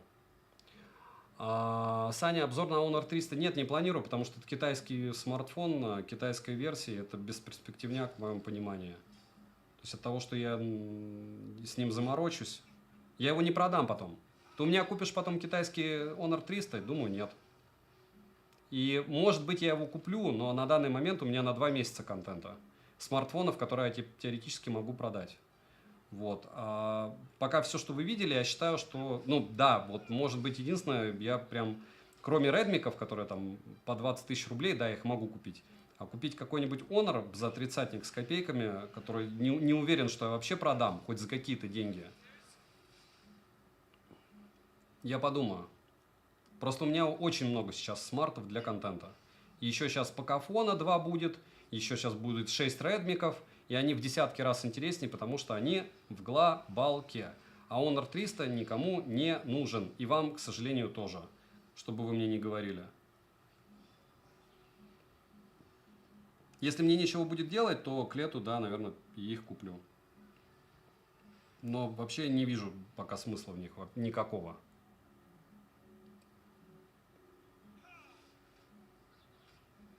Мне он тоже не особо интересен. Я не помню, по-моему, Honor 100 я вообще очумел тоже продавать за какие-то копейки. Продал в итоге. Чтобы рассказать, что не покупайте, потому что он китайский. Гениально, знаете. Так, все, выжил. Ей.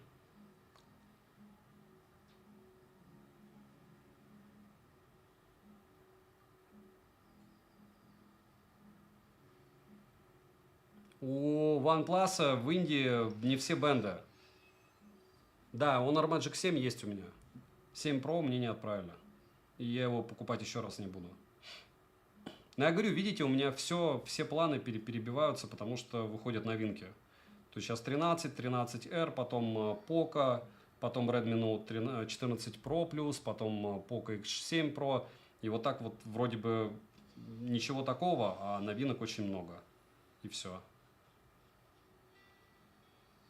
Ну, опять же, мне даже Honor 400 не особо интересен. Я говорю, все эти сказки белого бычка, как посты покупают эти великолепные Huawei, что они кому-то нужны, кто-то их там покупает, особенно в Китае. Я уверен, что да, их отгружают и на заводах раздают. И вообще это смартфон, который поддерживает само государство. Я бы на их месте тоже поддерживал. Но это не Global. Топ. Не Global топ, правильно сказать. Можно попытаться какие-нибудь там штуки поделать. Да, фотки у них браш нормальные, а вот видео прям никакое. С этой фронталкой это, мягко скажем, издевательство. Стёб какой-то. Чистой воды. Так. Где у меня там награда приключений? Уже неприятно горячий. Не скажу прям люто горячий, но неприятно. Точка телепортация.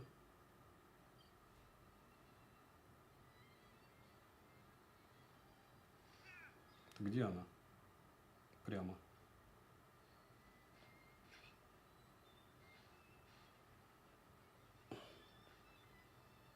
Будем, как говорится, бегать везде. Да, только Turbo 4, они вышли практически в одно и то же время, поэтому сказать, что есть смысл брать Turbo 4, обычно же я покупал Turbo 3. Награды ранга приключений. Ага.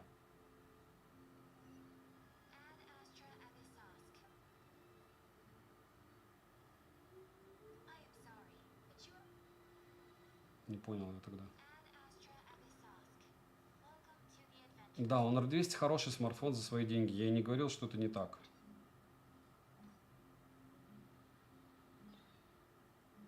Какое-то здесь у меня задание где-то есть.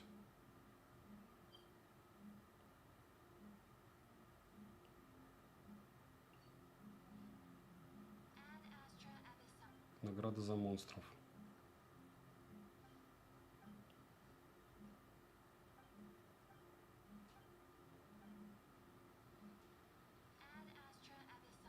Где здесь награда за монстров? Награды поручений. Нет, ничего нету.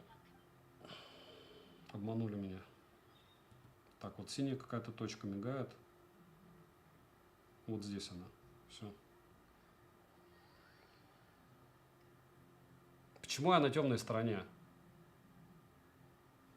В каком месте я на темной стороне, Сергей? А что вы здесь делаете, если я на темной стороне? Или вас притягивает темная сторона?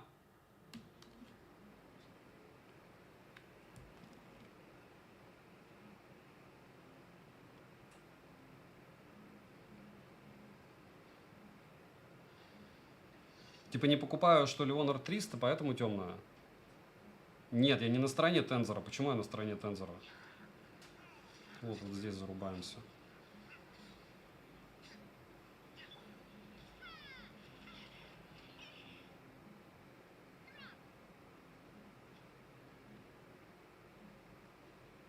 Ну, пока работает. Случайное событие. Это было случайное событие, если что. Хорошо, что во всяких вот этих геншинах хотя бы не бесконечные эти сундуки. Ты можешь набирать сколько хочешь. Не мог бы, была бы печаль вообще лютая.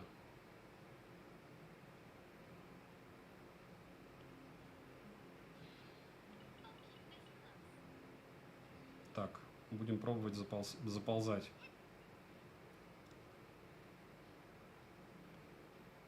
Угу, не вариант. Ёшки, а там что такое? Что вот там такое за зелень была? Все, вот здесь можно. А, я на стороне снапа. Это значит темная сторона, да?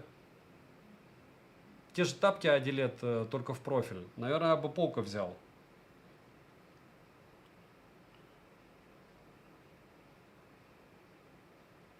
Юрий, я понятия не имею, вообще не вижу, где вы их находите, Ace 5 Pro. Отстаньте от меня с ними. Я не понимаю, что за остервенение. Еще раз, я купил Ace 3 Pro после вот таких сообщений также в чатах. В итоге у меня никто его ни за какие деньги не покупает, он никому не нужен. Такое ощущение, что просто продавцы меня потроллили, я купил это дело непонятно зачем. И все. Ну и разумеется, он никому не нужен. Я не буду покупать Ace. Все. Может и буду, но позже. Их даже не продает на Али никто. То есть даже продавцы Али считают, что этого не стоит продавать, ну, как бы бессмысленно. А вы говорите, что где S5 Pro? Нашли, где его купить? Хорошо, покупайте. Я-то в чем я виноват? что я его не могу купить? Мне он на данный момент и не интересен. У меня больше 13 смартфонов. Дмитрий, есть на Али официальные продавцы OnePlus. Официальные сертификаты со всей лабутенью. Вот то, что у меня ссыль, это как раз офф-магазин. Это прям представители Паласа. На 100%. Но эйсами они, по-моему, не торгуют. Они не только Паласа продавцы. Это такая же тема, как, не знаю, Эльдорадо, МВидео, МТС, неважно, только на Алиэкспрессе и все, и только китайцы. То есть у них есть сертификаты, что они являются дилерами данных смартфонов. Да. Нет, ну, я говорю, я купил S3 Pro. Ну и все, он у меня лежит. Мертвым грузом. Потому что никто о нем ничего не знает, и он еще, говорю, и не обновляется. Великолепный смарт.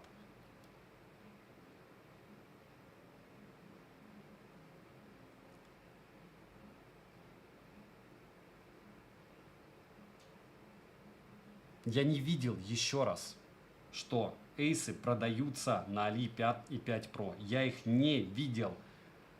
Отстаньте от меня с ними. Вы продаете эйсы, хорошо продавайте. Чего все сюда пришли со своими эйсами? Вот в чем магия этого эйса? В том, что что? Что он как 3 Pro у меня не будет обновляться? Или то, что он будет заблокирован, потому что у него типа глобалка может чем-то отличаться по минимуму? Где здесь вообще? Войдите в руины. Ага. Они у меня внизу здесь. Ну, я хотя бы по линейке стал идти. Байк не куплен, да. И я не очень расстроен. Водомир, я не знаю, посмотрите обзоры. Жанна, ну вот я про это и говорю. Люди как бы рассказывают о сказке о белом бычке. Но они заинтересованы продать те устройства, которые они, наверное, уже купили. Мне так кажется.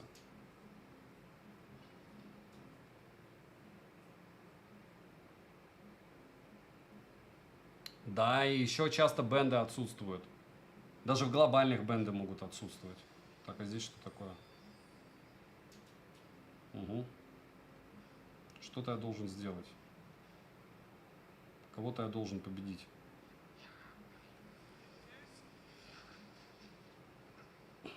Так, а почему деревяшки-то не разбиваются?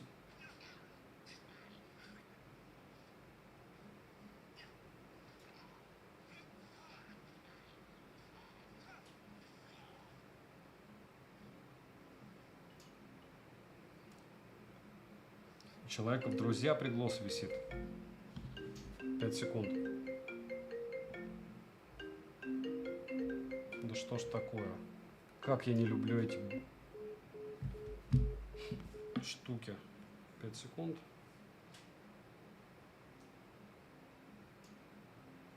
Играем, играем.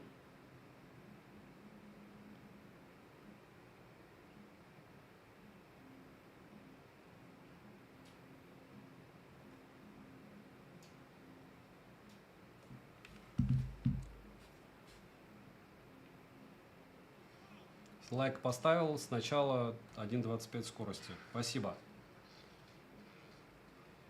Так, отдохнул он чуть-чуть. И вот.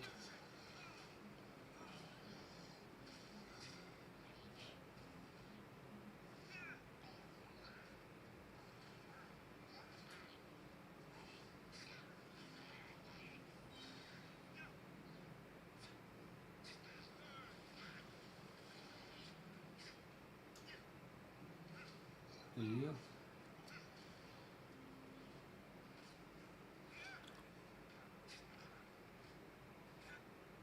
Сначала у меня были зависания.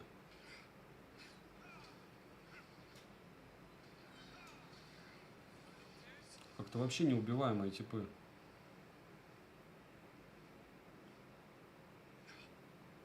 Что, еще живой? Прикиньте. Еще жив. О. Дверки открыты. Привет, Виктор. Всем огромное спасибо, что дошли. Так, что у меня здесь? Здесь какие-то непонятные телодвижения.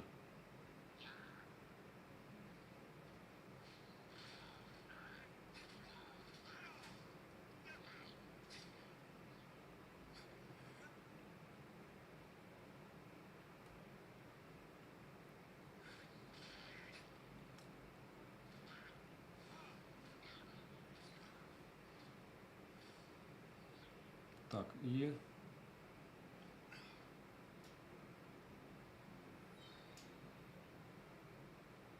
Все вроде. Наверное, надо туда идти.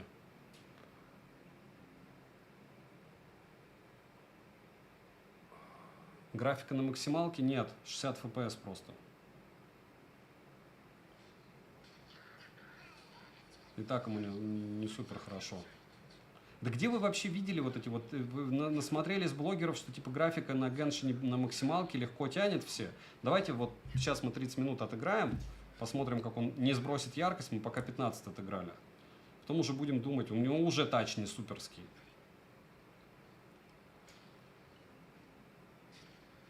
Так, а чего дальше? Вот сюда, наверное.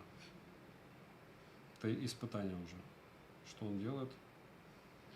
Ого, побеждено 15. Ага, еще и 12 секунд.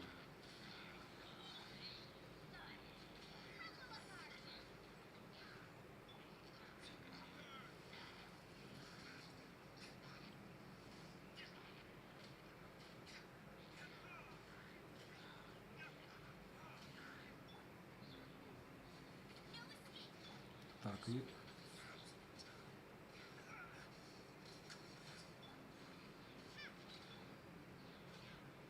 У меня все, мне кажется, не успею.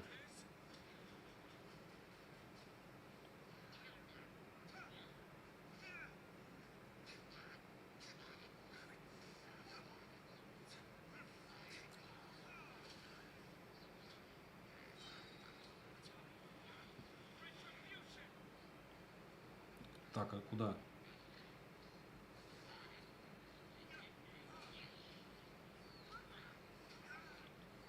Тихо. Все убит.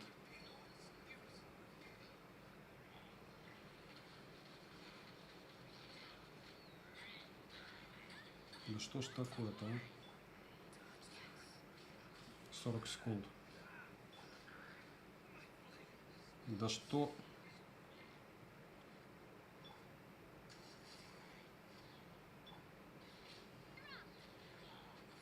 Так, это -1. -1. Все, это уже 20 секунд осталось. Нереал.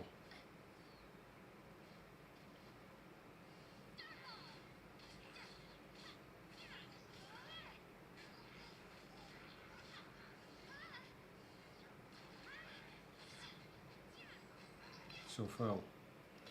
Так, сама игра интересно смотреть, как играют. Так, тринашка Паласа, да, нет, это 13 Pro. Это 13 Pro, и надо еще раз, что ли, попытаться?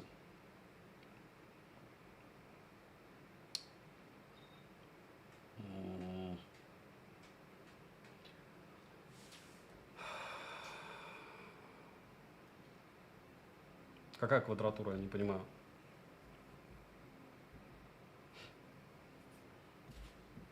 Ладно, короче, не пройду его пока. Это задание 100%.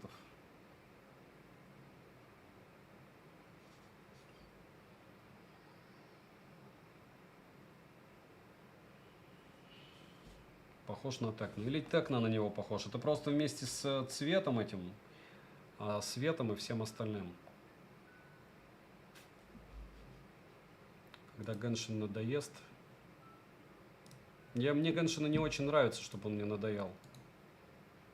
Как бы.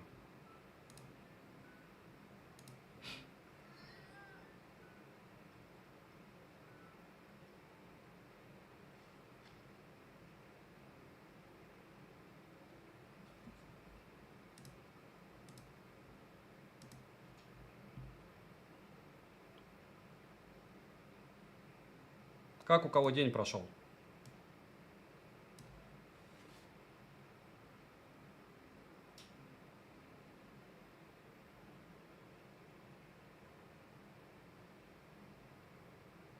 Вот как-то, так я только этим и занимаюсь, нравится мне.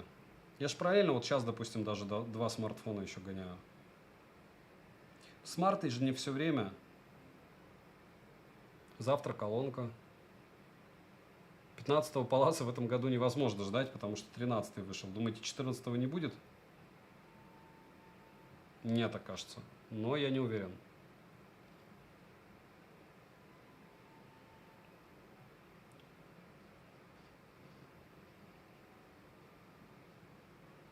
Скорее, как я умудряюсь 7 лет отвечать на одни и те же вопросы. Вот это вот, я не знаю. Все остальное не так тяжело. Не так сложно. У меня же не игровое кино, это когда техноблогеры стараются сделать, там, не знаю, какой-нибудь там фильм из ролика, или это круто, но вот это сложно, и это занимает много времени. Там интро, чтобы еще все посмеялись, а еще чтобы было интересно, а еще производителя чаще всего не обидеть сильно, а еще, ну, очень много всяких особенностей. У меня-то вообще все просто. То есть я единственное, каким образом взрываю себе мозг, каким образом еще проверить девайс. Все. Ну и не взорваться, повторяюсь, на какие-нибудь тривиальные штуки из разряда. Вон, пришел человек, обиделся, что я что-то сказал по поводу прошивки глобальной, почему я не скидываю. Почему я должен? Говорю, из-за того, чтобы не было так же, как почему не выгружаю в ВК, чтобы не было лишних проблем. То есть я избегаю проблем, с минимальными проблемами я могу функционировать, выгружая по 1-2 обзора в день. Если бы у меня проблем было больше, которые я бы себе сам генерировал, даже вот про покупку байка я еще рассказывал. Так, руководство по улучшению. Мне не надо руководство.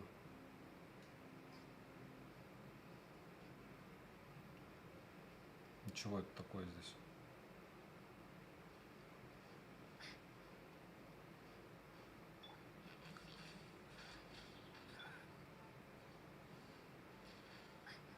Иммунитет. А, вот он, типок.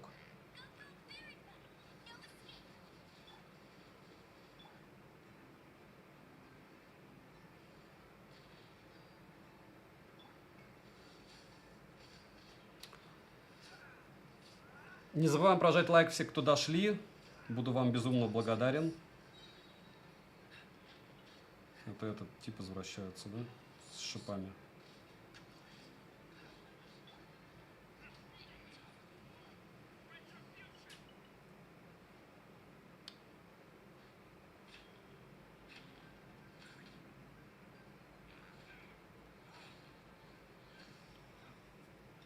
Да, с байком мутная история. Если бы человек хотел продать, он бы продал. Он мне кажется, он в залоге просто этот байк, поэтому мне мозг не фолили. И все. Притом, я так понял, его продают уже не первый месяц. Как раз потому, что он в залоге весь. Ищет дурака и все.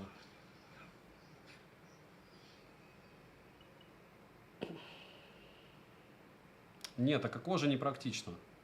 Непрактично. Хотя красиво иногда кому-то. Выполните испытание на время. Хорошо.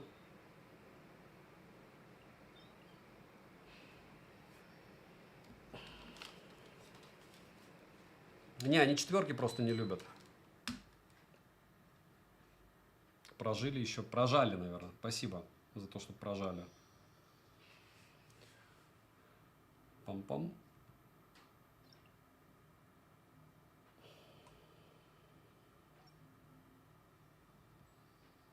Так, и вот туда. Ну, давайте усложним задачу. Так я не могу их проходить тогда. Дизайн, мне не очень нравится его дизайн. Мне у тренажки нравится. И может из-за цвета, и слишком...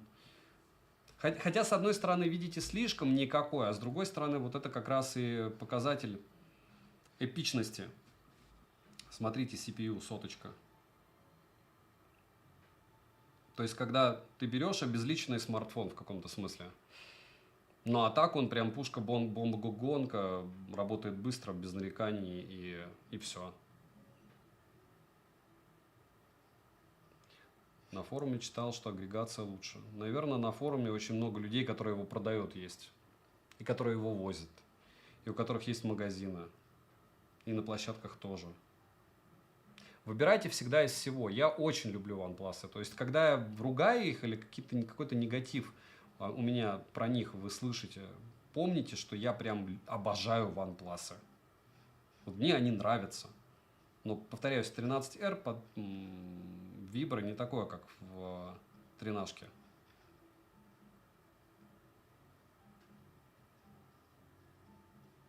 Да, четверку они считают плохим словом. Плохой цифрой. Поручение принято. И... мы не можем проходить. 24 секунды.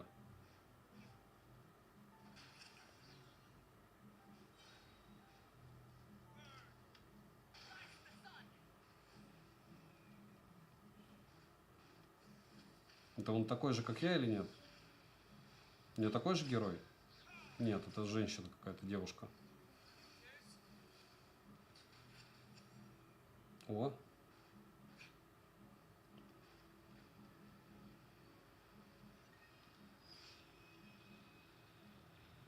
Какое-то поручение выполнено.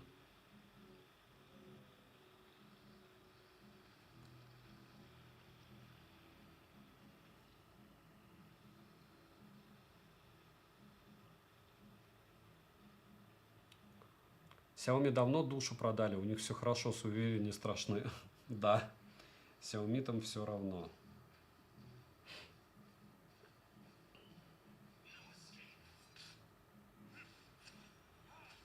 Какой лучше смартфон? В описании есть, каким образом я на такие вопросы отвечаю. Все максимально просто. Либо ждите топа. Когда-нибудь будут топы. Когда я все прогоню, будут топы. О, ничего себе, как 2P быстро телепортнулся. Я не знаю, какие контроллеры покупать, честно.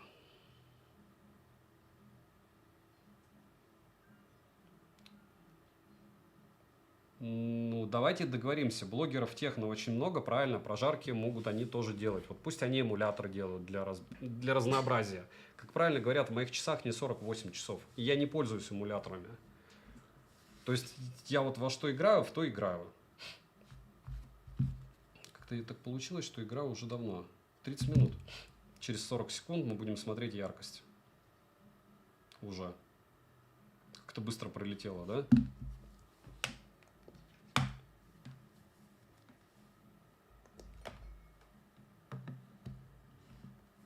Да. Именно. Хомяки даже покупать это не будут, но людей вводят в заблуждение. Вот в чем проблема. Очень часто и во многом. Так, 30 минут четко прошло. Чуть без там 15 секунд. Но пока готов. 750 люксов на секундочку. Держит яркость. Друг держит яркость. Что следующее выбираем? Warzone. А, кстати, проценты. Сколько он процентов поедает, получается?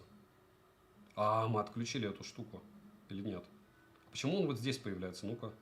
Почему игровое меню вот здесь появляется? В спорах время летит. Да, только не рождается истина. Ничего не понял. Еще раз. Состояние системы. А, не, она у нас была, по-моему. CPU постоянно сотку пыталась лупить. 62 было, стало 51, то есть тоже 22%. Даже в гену больше. В ньюстейте. В гену меньше, чем в ньюстейте. Что следующее лупим? Выбирайте. Choose your future. Diablo? Она, по-моему, у меня догружена. Кстати, в это время New State был в фоне. На секундочку. Call of Duty давайте.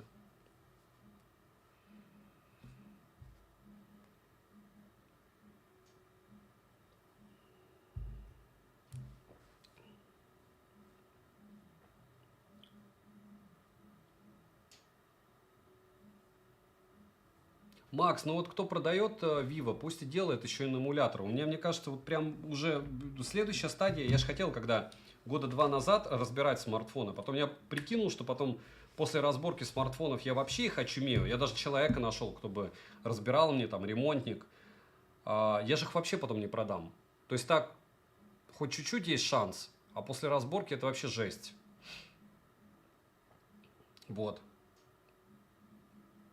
И даже если подписчиков горит, такие, о, типа, давайте кто-нибудь, кто хочет, чтобы я разобрал, потом купите после разборки. Я же не найду таких. Я таких не найду, в этом большая проблема. Но, как говорится, реализм. Poco X6 Pro, видите, реанимировать для кое-чего начал. Угадайте, для чего?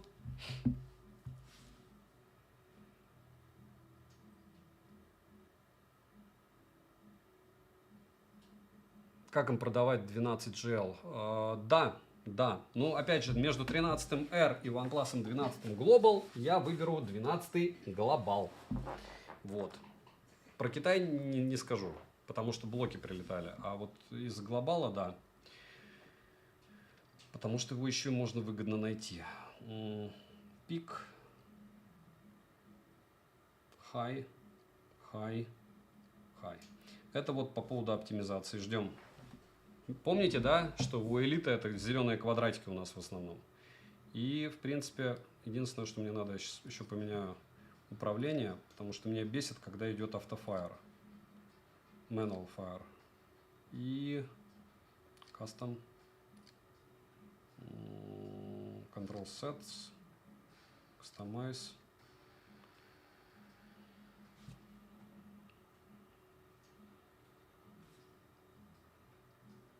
Хоть какой-то шанс будет. Хоть на что-то. Стоп. Customize. Вот это вот дело тоже сюда.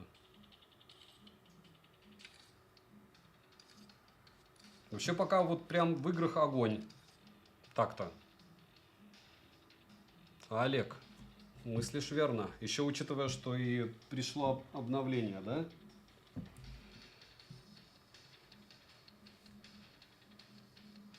На iPhone Diablo. По-моему, он у меня есть. Я не буду показывать. Через регион другой, наверное, только так.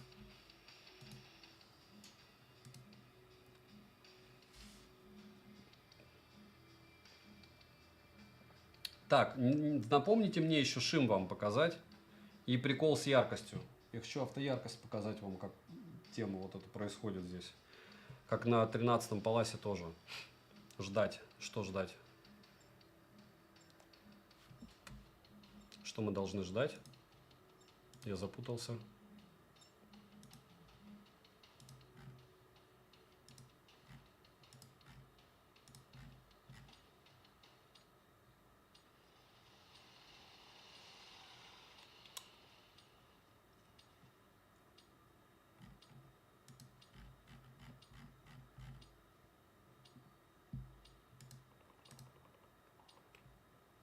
Видите, я еще не засекаю. Все, понеслась. Режим Pro. Состояние системы. Игровой. Сейчас тач еще. Вот это вот я не буду выставлять, хорошо, настройку вот эту вот, чтобы еще он более нагруженный был.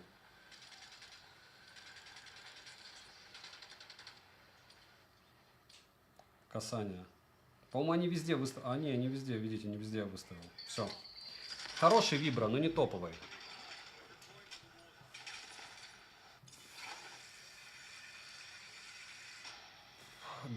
Да, разбор слишком дорого.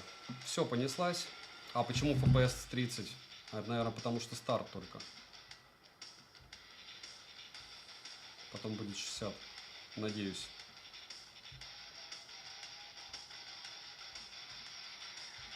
Старт 49%. Почему 30-то? Settings, графика.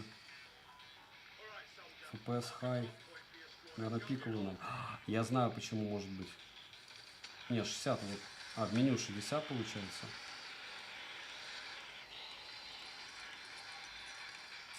Нет, и так 60. Нет, 60. Но, давайте-ка мы вот так еще проверим. Все равно игра идет. Экран. Герцовка. Кстати, разрешение невысокое. Вот мы тестировали, да? Подло. Теперь высокая. Частота обновления. Вот он лайфхак. 120. Хорошо, что зашли. Проверили разрешение. Теперь на разрешении высоком посмотрим, да, как он будет себя вести. Там не особо сильная разница.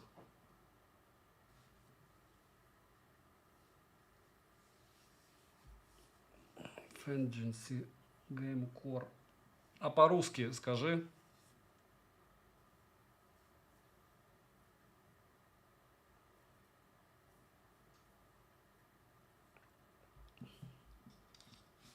Play.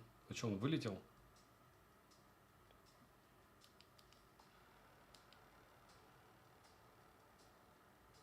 Нельзя было выходить, видите? Выходить было нельзя. Не забываем прожать лайк. Или новиночки не буду так гонять. Только старичков. После того, как уже все отстреляются. По видео вообще не камерафон. Увидите сегодня.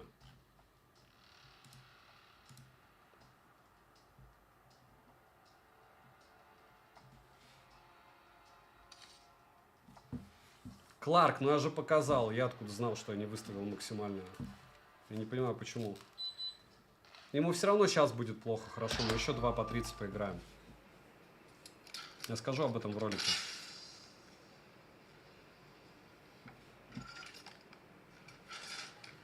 Может, я, кстати, потоплю 13 R в ролике на 13. И 13 R тоже. Кстати. Так, давайте-ка еще раз. Стоп. Старт.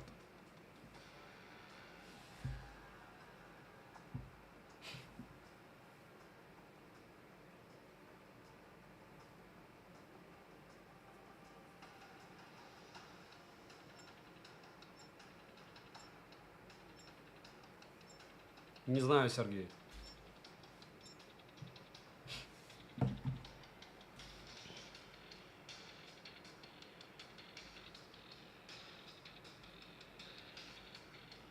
Глобалка 13 будет 13 января на Алике уже.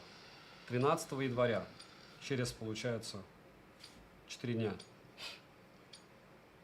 13 числа старт продаж. Может, они знают что-нибудь по поводу курса. О, все. 48. И старт заново.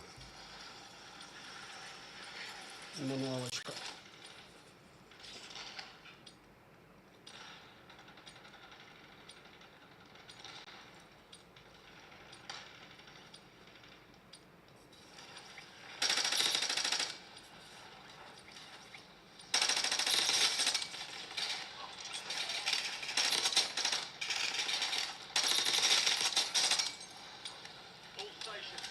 Боты.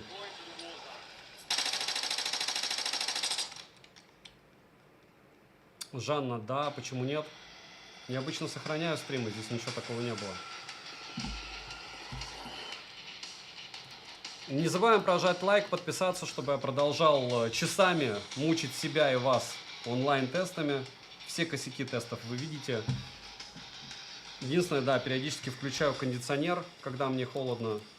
Точнее, жарко. Жарко, потому что не холодно. Вот температура, подождите. 17. В аппаратной у меня было 12 лет, 14 градусов. Что зимой, что летом. Так, стоп. Понеслась.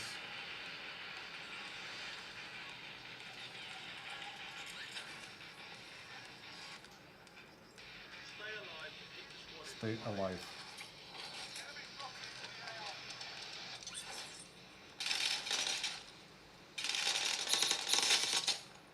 О. Все равно не понял, я что-то открыл и ничего не нашел, что ли? Что это за прикол такой? Ну там я открыл, и он был пустой. Да. Очуменно.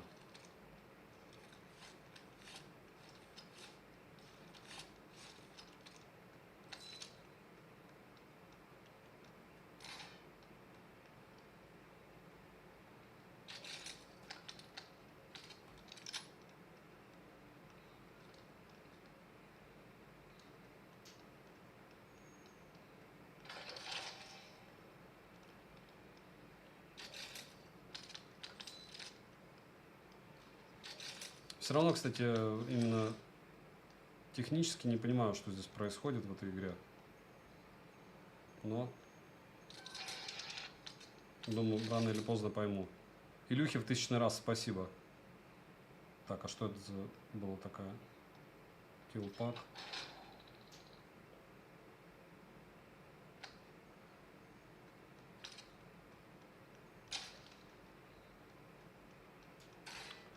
Илюха пришел и сказал, хватит играть в лабутень, играю в что-то серьезное. Во!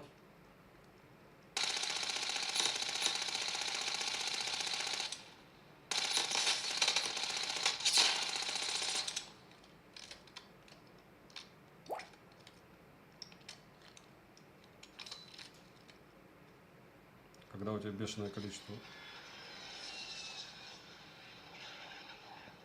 патронов, да? Все, он уже начал греться. Я уже прям лаги вижу. Шим большой, да, его 24.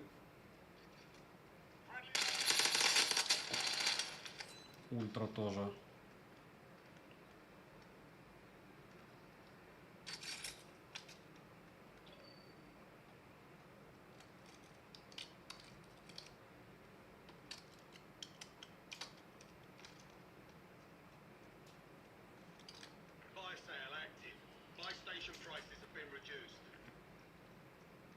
Бежим.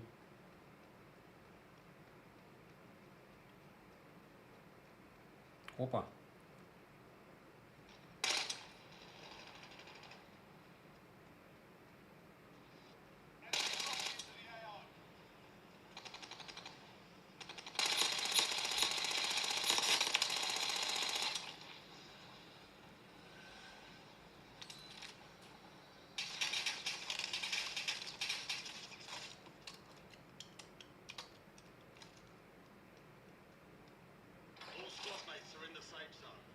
Где он? О, вот он.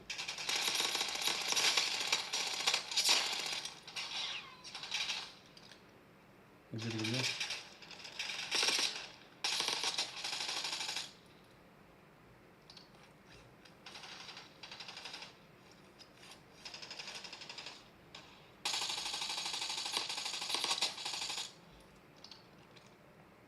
О. Ёшки. Вынесли.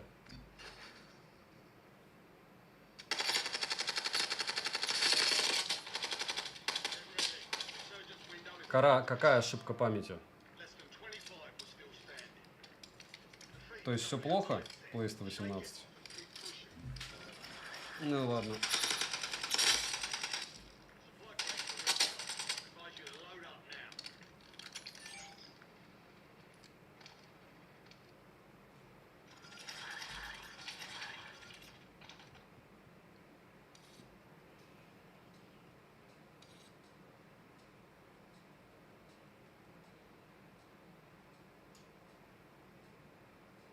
Как батарею проверили, если он неделю как вышел? Вы ошибаетесь. Батарею как проверили, вы можете посмотреть исходники моих фотографий, сколько недель там. Вот все очень просто таким образом проверяется, то есть хитрости здесь никакой нету. Вы заходите в фотки, там есть геометки, и есть помимо геометок даты создания фотографий. Никто с ними не химичит. Всем абсолютно все равно, при том, что, мне кажется, кроме меня столько не выгружает никто фоток. Вот. Да и мне все равно. Хотите, смотрите, не хотите, нет.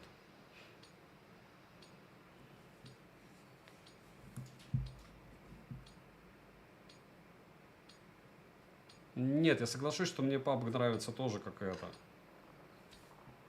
Слишком быстротечно. Да, Фил, в этом году на 5 градусов холоднее, чем в прошлом году. Я катаю только уже в этом. Опа.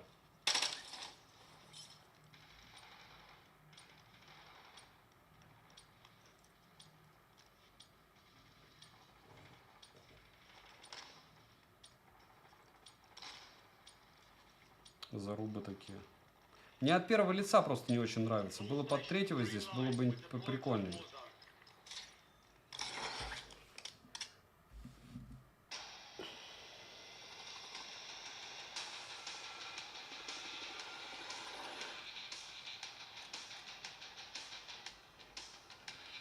Я джамп-лидер.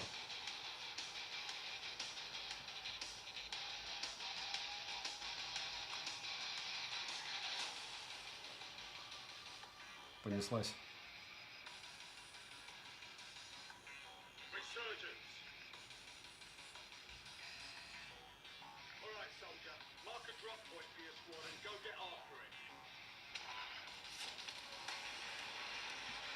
Угу.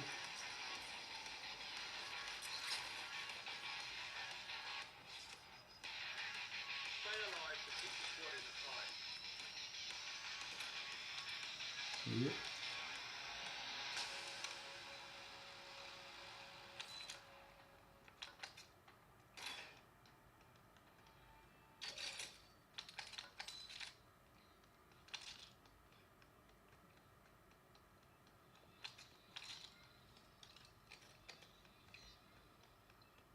Supply.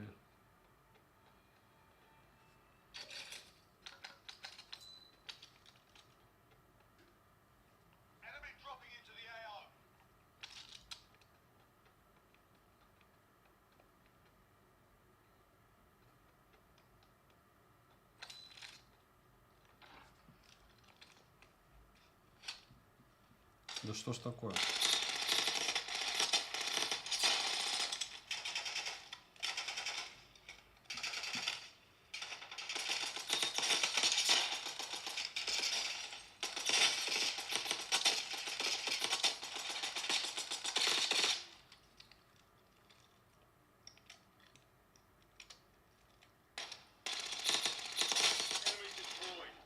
Сколько же вообще чуваков здесь было?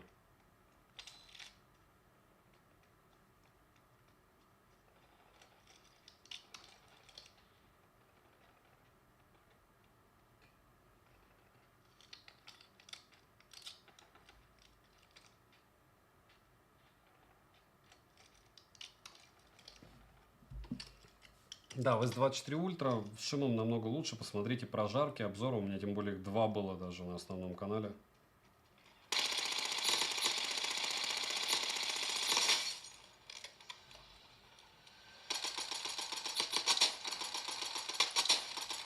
Он, кстати, упакованный был, скорее всего.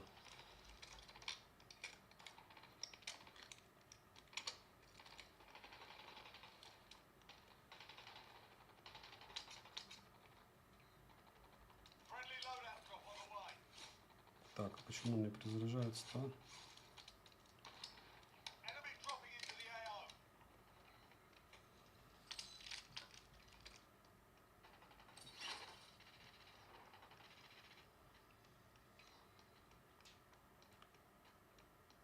Красная точка.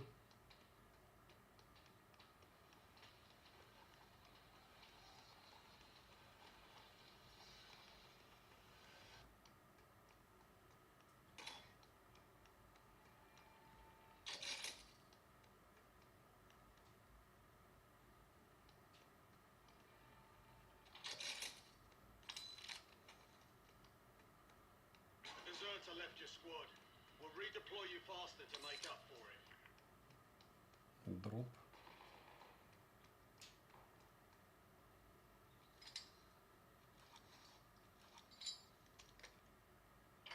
Gas is Почему тут closing эта in. штука?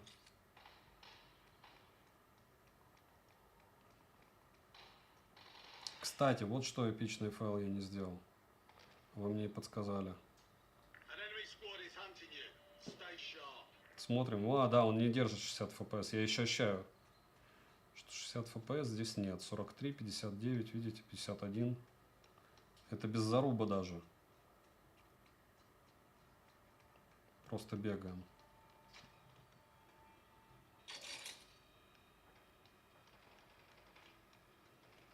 Solid work evading the enemy. You're clear for now.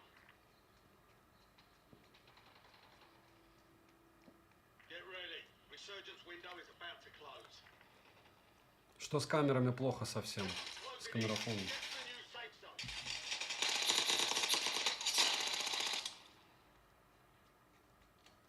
Supply crates are restocked. Advise you to load up now.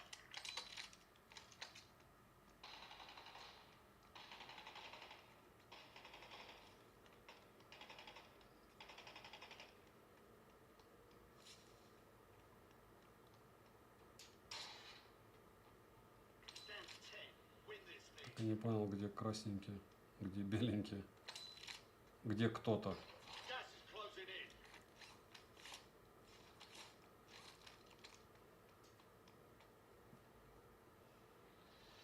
Enemy dropping in. 13R вообще никак не камерафон. Ну, фотки нормальные.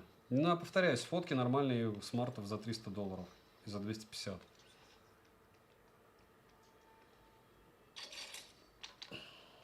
Там сейчас опять будут кропать фотографии в этом еще DNG формате каком-нибудь там. Рассказывать, как экспозиции выставлять, чтобы у вас красивая фотография была. И что Vivo ультра имбочка, потом еще какой-нибудь другой, который смартфон надо будет продать, будет ультра имбочкой. Все смарты фото снимают сейчас. Хорошо. Кто пользуется телевиками, ну кто вот телевиком X5 пользуется? У меня на iPhone X5, лучше бы X3 было. Вот кто пользуется их? Опа. Вижу.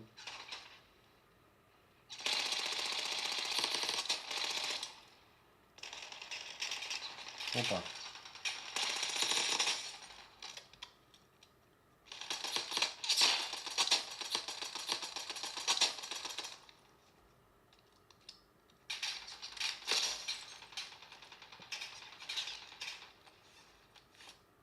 Four remaining.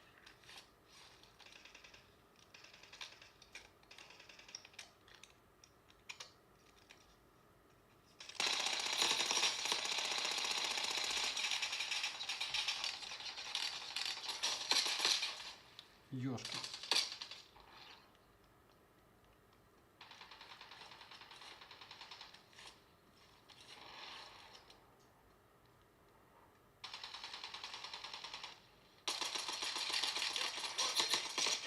Да что ж такое? Но я был близок. На втором месте. Take that victory. Я Warzone только сейчас начал тестировать. Ну вот сейчас он не сказать, что эталон вообще никак.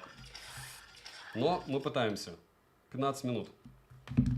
Сейчас посмотрим, как вторую катку он отживет. И пока покажу вам, что он уже прогрелся довольно прилично.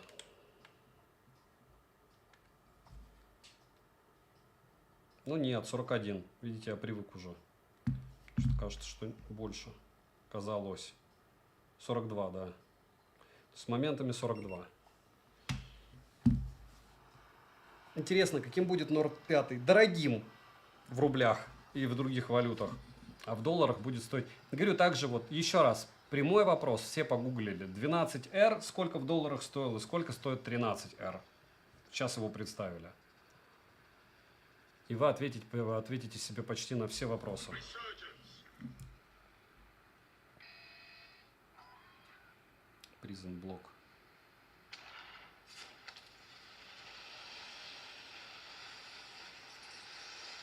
Обзор одним кадром завтра сделать на 13R, нет? Stay alive. У меня завтра денек дикий вообще будет. На пока преза будет.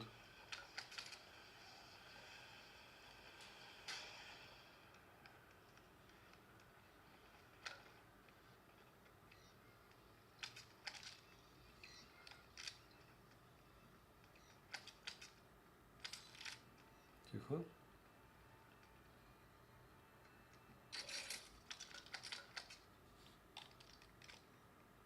О, вещь.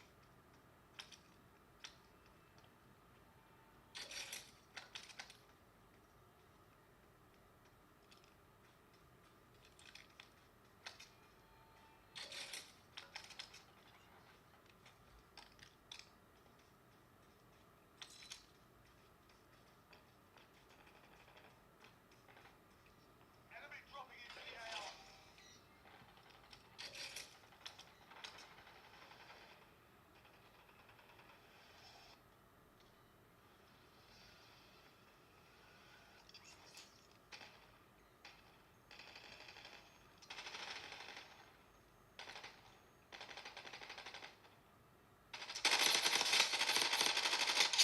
Dropped them.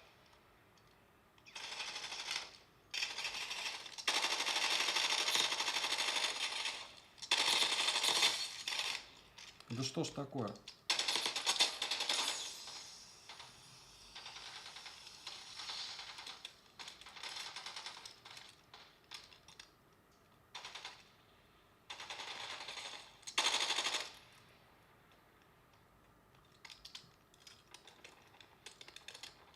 Такие зарубы вообще.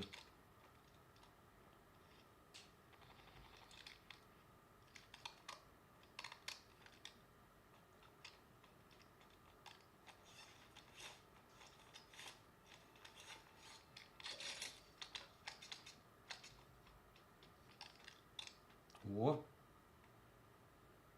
Friendly loadout drop on the way. да что ж такое?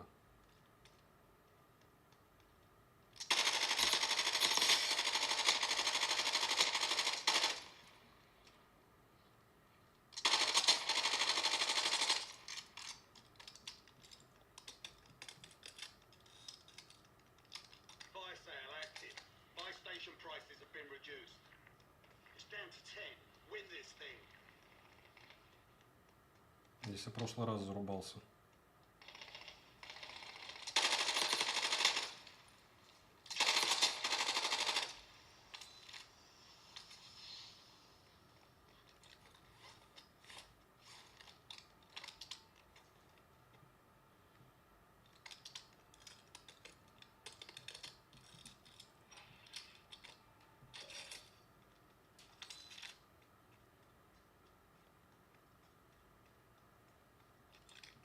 Be advised, you still have О. squad mates outside the safe zone.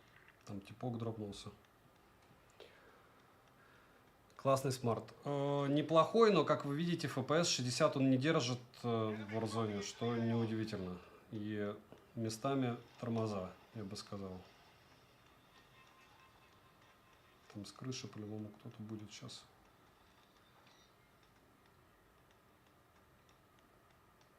Кто дропнулся уже. Опа.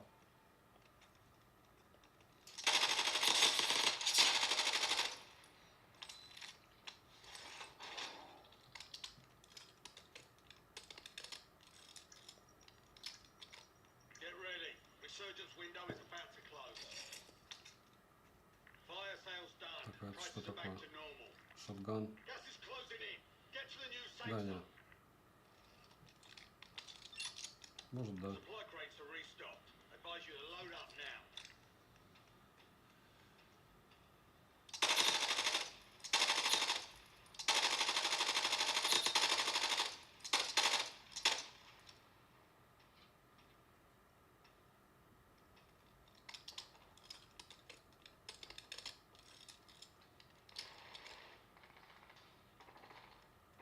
Be advised, you still have squad mates outside the zone.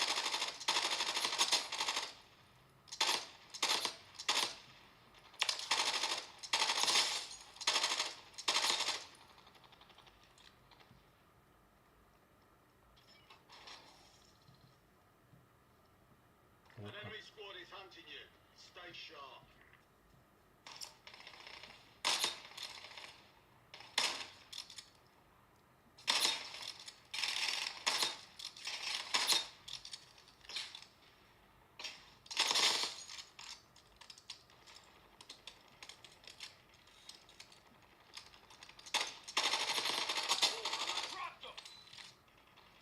Вот тут прям их много.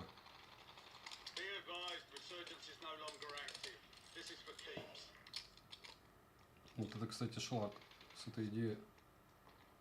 Шотган.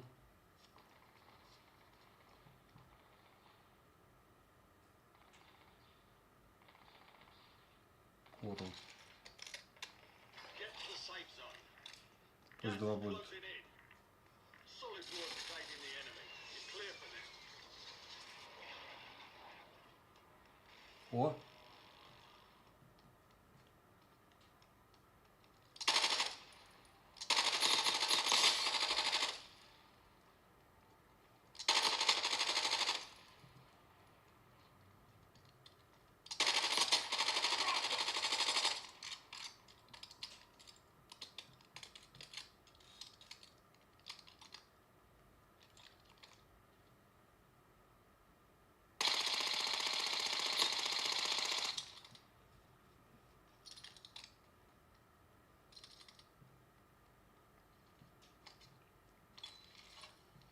Gas is closing in. All enemy squads eliminated. Вау. Excellent work. Да, еще жарим.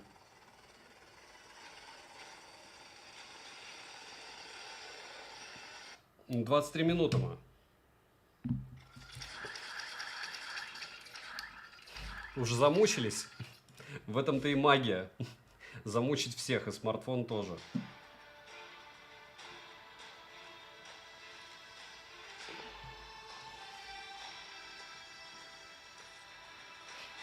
Так, я сейчас проверю, может быть, у нас уже начал нормальный интернет работать. Может быть, нет. Надеюсь, да. Надеюсь, начнет работать нормальный, но не факт. Так, все еще ищет он. Угу. Если работает нормально, то можно подключить. Не работает он. Ха. Интернет все еще отвалившийся.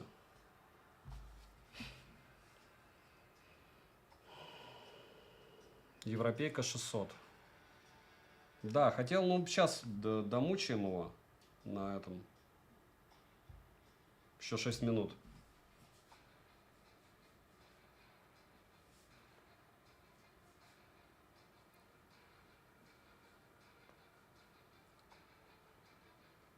Подожди, Джин Бен.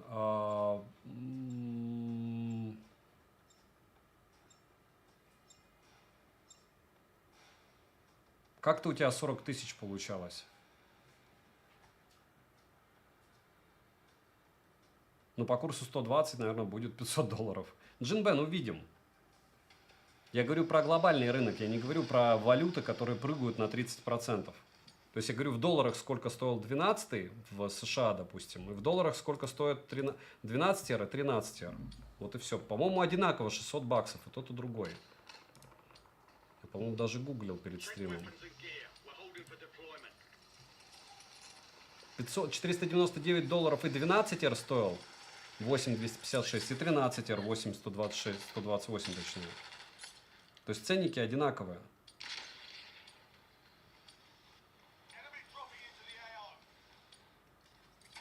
Я еще перепроверю, но, по-моему, да.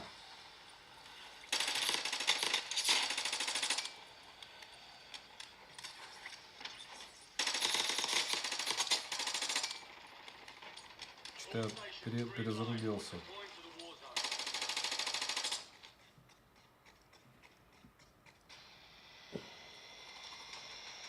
Да, у меня есть Red Magic, я купил Lenovo 2025 и Xiaomi Pad 7, но мне его еще, я так и не понял, выслали, не выслали.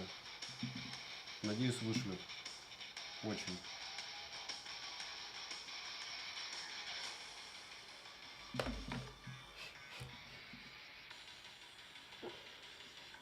Да, по шиму через 3,5 минуты. Alright,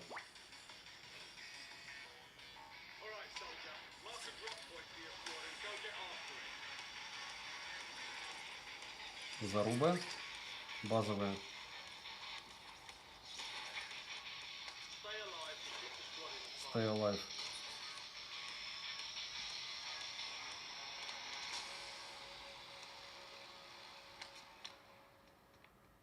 База Stay alive.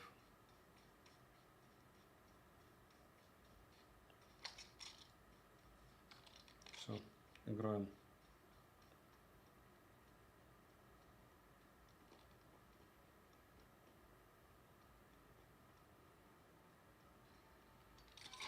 Same to you, soldier. Stay sharp.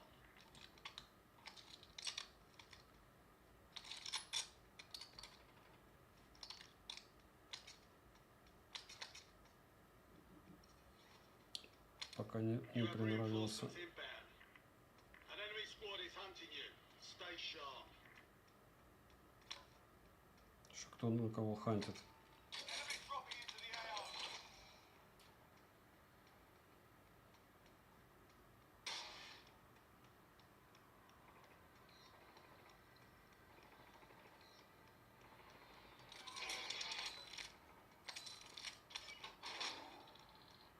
Еще кто кого хантит.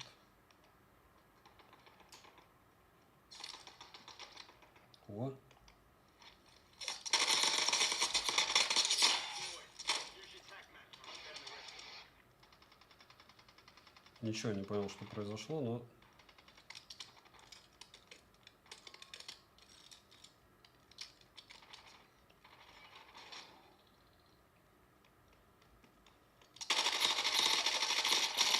ничего ж себе, он так классно меня завалил.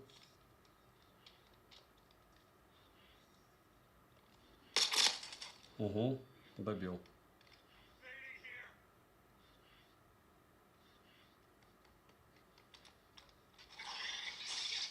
А, вот в чем прикол. Скип. Минута. Я ничего не знаю, Леонид, никто ничего не блокирует. У меня России по стате 24%. Было 50. Просмотры те же. К чему этот вопрос? Ну, заблокируют, заблокируют. Как любят говорить люди, которые работают на блокировщиков. Заблокируют, заблокируют. Advise you to load up now. Что я могу сделать с этим? Почему я должен рефлексировать? Даже если останется половина от того, что не в России, мне этого хватит для жизнедеятельности канала. Возможно, нет. Ну, значит, брошу YouTube, все. Чего, брошу делать обзоры. Какие еще альтернативы, знаешь? Все очень просто. Все будет плохо, буду заниматься другим делом. Буду ли я скучать по YouTube? Буду. Будете ли вы скучать по YouTube? Отвечать вам. Значит, надо смотреть УРТ, РТР и остальные передачи полезные. Значит, нечего. Все, яркость он сбросил ровно через 30 минут. Очень прилично. Сейчас я вам покажу, как. Короче, мы все-таки его победили на 5 секунд. Не факт, что мы сейчас увидим это, но я постараюсь дожить до этого момента.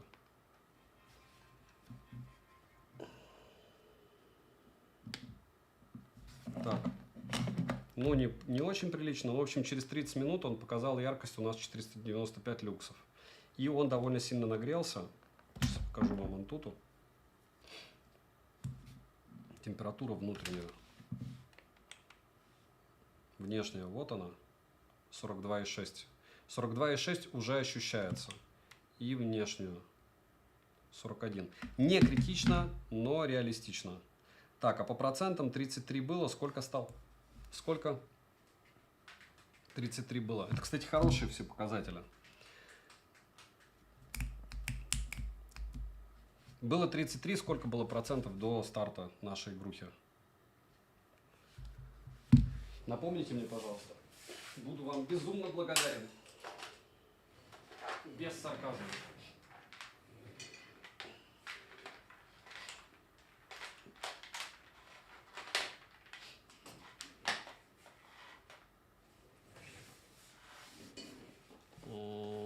Пока не ответите, я не буду продолжать. 48. То есть все-таки здесь он поедает 30% в час в полном разрешении. Сейчас сброс яркости.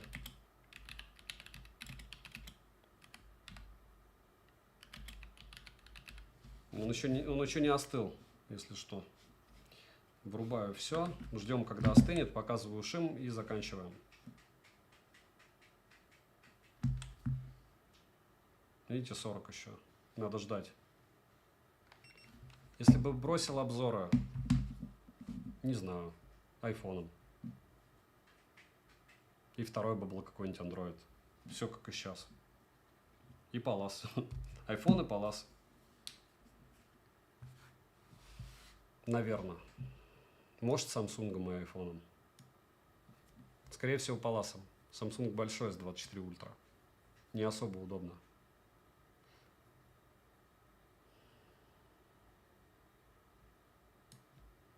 Как-то я сгрустнул.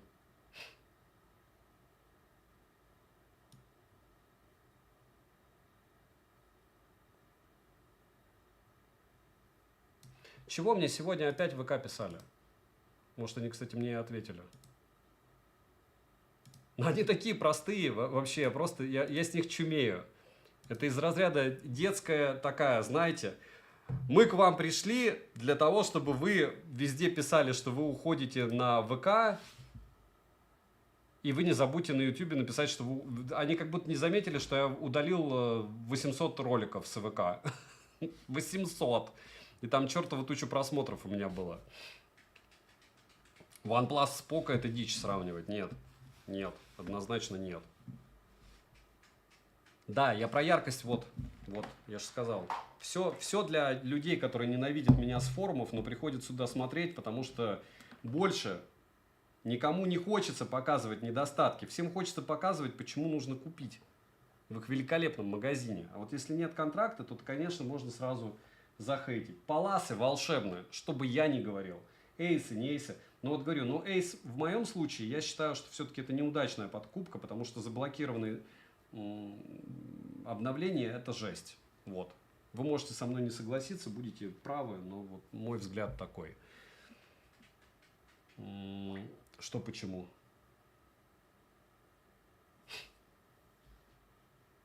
Будет сравнение с Poco или нет? Почему? А почему оно должно быть?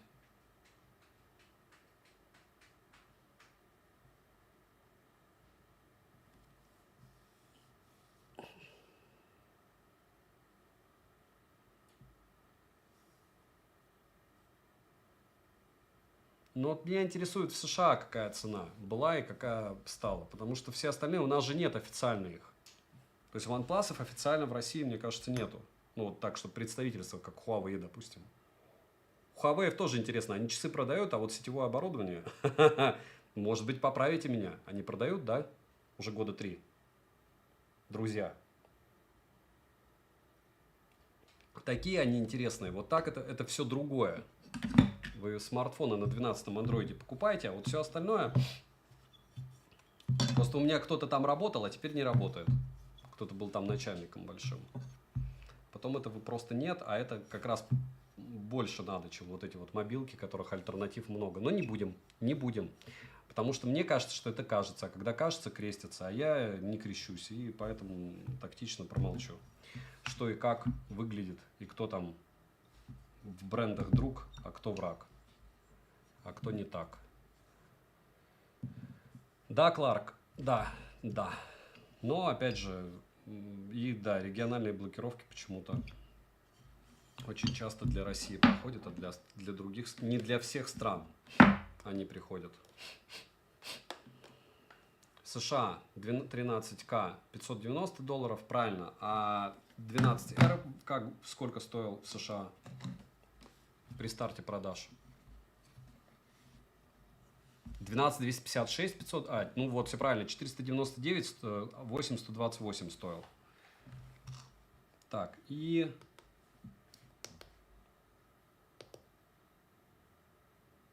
масштабирование текста. Сейчас, подожди.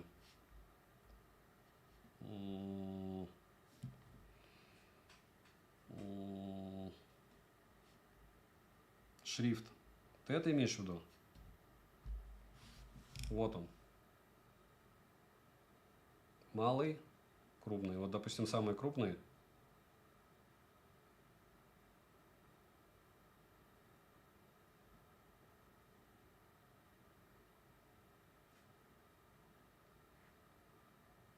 Масштабирование большой.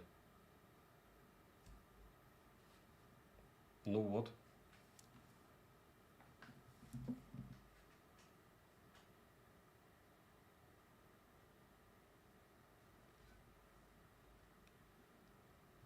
Вы про что говорите, Дмитрий Гагарин?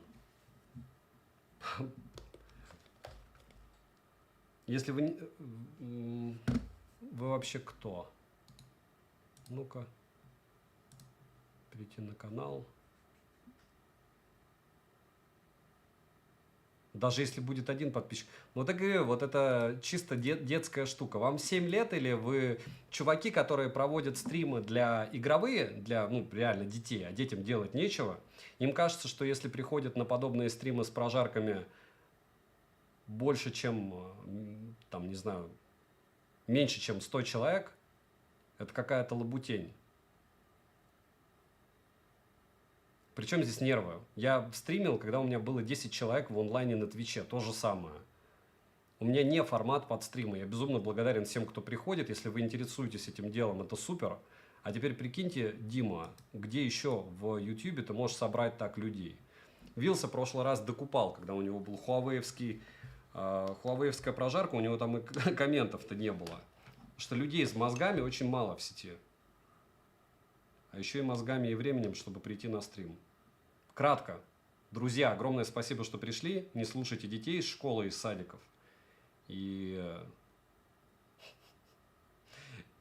смешно. 17% шим, видите, 1230 люксов. И магия, вот смотри. Я сейчас включаю без автояркости. Без автояркости. На экран. Вот сейчас вы увидите. Так, видно? Короче, 1550 люксов. Видите? Хотя автояркость не включена. Авторегулировка яркости отключена. Он показывает 1550 люксов. Я убираю. Он показывает 1100 люксов. 1000 люксов. И он просто сбрасывает яркость без того, чтобы она была активирована.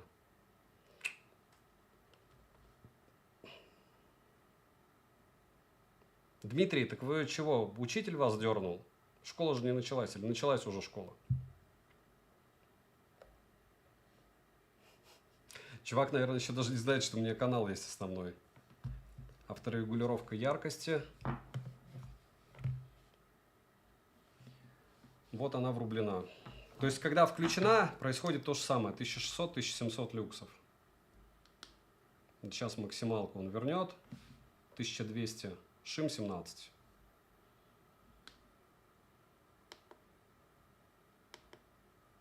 Шим 19. Может, какие-нибудь блогеры объяснят, посмотрят мои обзоры, там, не знаю, стримы.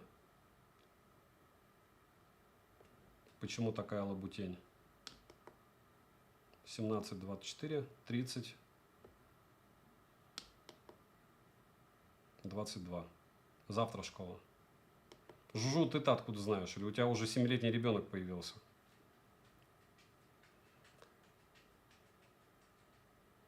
Да, да каким... чумею я, дорогая редакция. В общем, 32 шим на нуле и на максималке шим у нас 16,9. Вот. Нет, меньше 10% норм. Выше 15 это уже нехорошо. Но это уже другая история. Кратко. Подытожим. Мы мучили в 2 игрухах в стейте Евгения не на максимальном разрешении, но на высоком. Кстати, какая там разница-то? Без улучшений всяких. Не автобыбер высокая.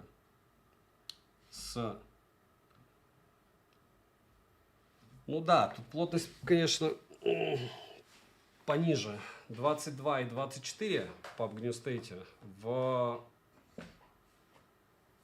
60 FPS он держал, 120 FPS держал. Кстати, я сейчас покажу вот еще тему. Получается, в Warzone все произошло намного хуже. И, кстати, у меня там спрашивали номер прошивки. Вот самое интересное, люди приходят в личку, а потом на стрим им лень прийти, чтобы посмотреть версию. Вот версия прошивки EX01.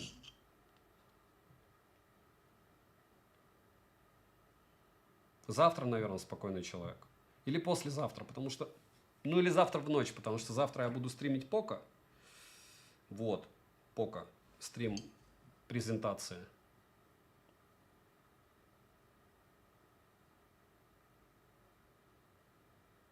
Месячный. Жужу, поздравляю. Осталось еще 18 лет. И потом еще институт, а потом внуки. И теперь ясно, чем ты будешь занят. Очень много лет. До конца жизни, прямо скажем. Так, и PUBG.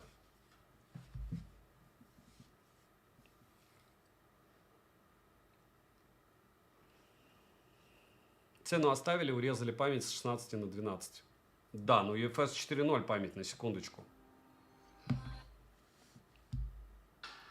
Почему мне никто так и не написал? В США 8256, 8128 была в прошлом году, 12R 499.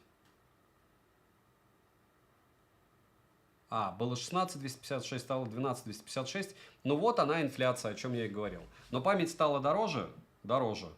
Телевик в 13R. И оперативки стало меньше. Она стала быстрее, внутренняя память. Не оперативка, а внутренняя. Select Force. Сразу видно, что вы вообще здесь первый раз. Посмотрите стрим. Уже 6 раз отвечал только сегодня. Вот это нервирует. Все остальное нет. Даже если бы здесь... Не знаю, мне кажется, что вообще очень круто, что на YouTube, который замедляется, устает в некоторых регионах, так много людей может прийти на прожарку чего-то там. 8128 был в США. 13R. Дмитрий Гагарин, ваша проблема в том, что вы очень далеки от статистики, и 2 миллиона просмотров тотал в месяц у меня есть последние 4 года. Просто 2 миллиона просмотров в месяц. И все. Даже если 0,001% будет смотреть. Люди, которые разбираются, они смотрят на конверсию, то есть смотрят, что у меня есть 3 телеграмма, один 19 800, второй 16 600 и третий 117 тысяч. 3 YouTube канала, 45, 10 и 489. И тотал по просмотрам. Тотал с 3 каналов, ну вот сейчас не 2,5 миллиона, сейчас 2 миллиона, потому что YouTube совсем плохо. Но конверсия увеличилась. То есть подписчиков становится в других ресурсах больше. Значит, YouTube рекомендует это не детям, как вам, которые понимают только в процентах, а кому-то, кто разбирается в циферках. Вопрос не в количестве аудитории, а в ее качестве. Когда у меня были в обзорах одни ручки, это была одна аудитория. Когда у меня были в обзорах одни наушники по 800 рублей, это была другая аудитория. А когда я сейчас веду стрим, техно-стрим, на который вообще очень мало людей приходит, потому что половина слов, я уверен, что вы тоже не понимают. Это уже совсем другая история. Игорь, стрим преза сохраню, да.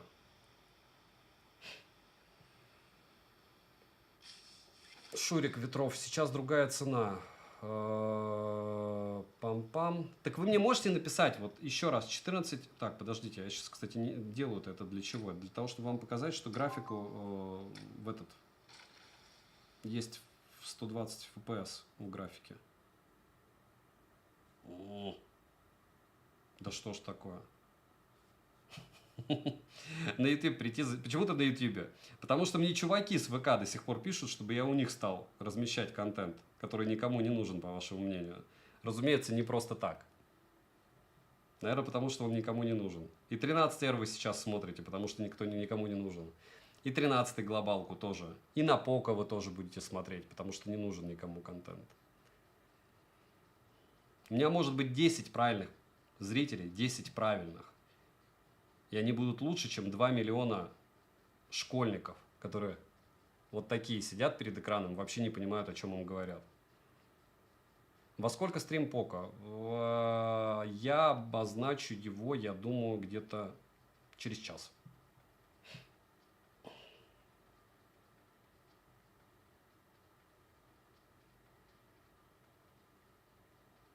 Что на температуре телефона? Все норм.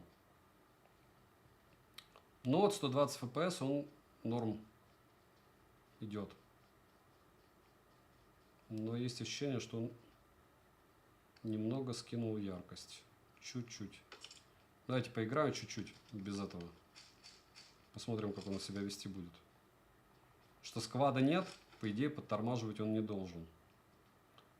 Но опять же, в тех местах, где зона и где, может, дропаются игроки в большом количестве, но, опять же, мне кажется, не должно быть.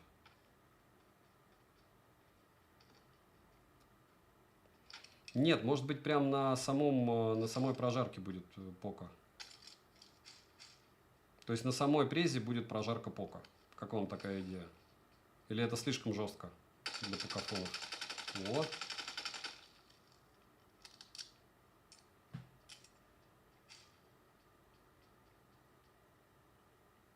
Тот, кто хотел по предзаказу, вышло $390 плюс 2R в подарок. Это 12R или 13R? $399 плюс 12. Кто-нибудь распишите мне, пожалуйста, вот кто в США, может, живет. Сколько сейчас в США в долларах 13R? И 12R сколько стоил? В общем, есть по ощущениям, что чуть-чуть мы поиграли, он уже лупанул яркость. И все потому, что чуть-чуть другое разрешение.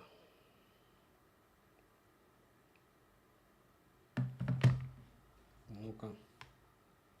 Есть у меня такое. Или это просто с 1300 люксов он так? Да, это просто с 1300 люксов он сразу делает 700. Ты знаешь, он в последнее время сильно устает, и это уже напрягает. Старый Рекс — это про кого?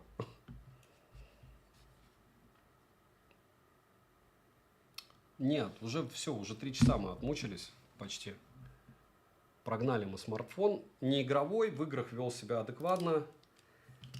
Не лучший вариант развития событий для игр, но и вообще неплохой. Тач хороший. Не на каком-то космическом уровне, но хороший. Про какую прошивку? Я показал уже прошивку. Сейчас на сайте $599 и часы 2R в подарок. Но вот считайте, у нас в России, наверное, должен быть 55 где-нибудь. По сенсору хороший отклик. Но в Warzone он плыл. Не люто, но плыл.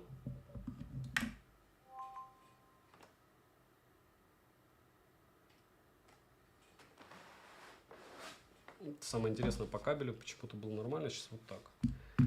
И думаю, что надо заканчивать. Сейчас я докину в ролик дополнение по поводу игр. И выгружаю ролик на 13R. Исходники уже в телеге. 13R сейчас посмотрю, сколько где стоит. Меня интересует больше, сколько 12R стоил. В США 12R 8, 128, 499. Это не сейчас. Мне надо было, когда у них старт продаж был. Когда у них был старт продаж.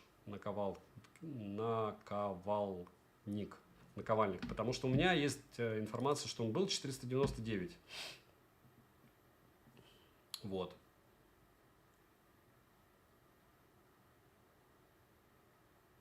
И 13R 499 тоже. На 8, 128.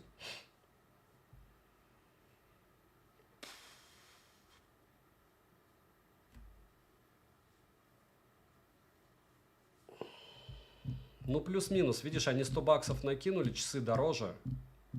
И все. И оперативки меньше. Спасибо большое.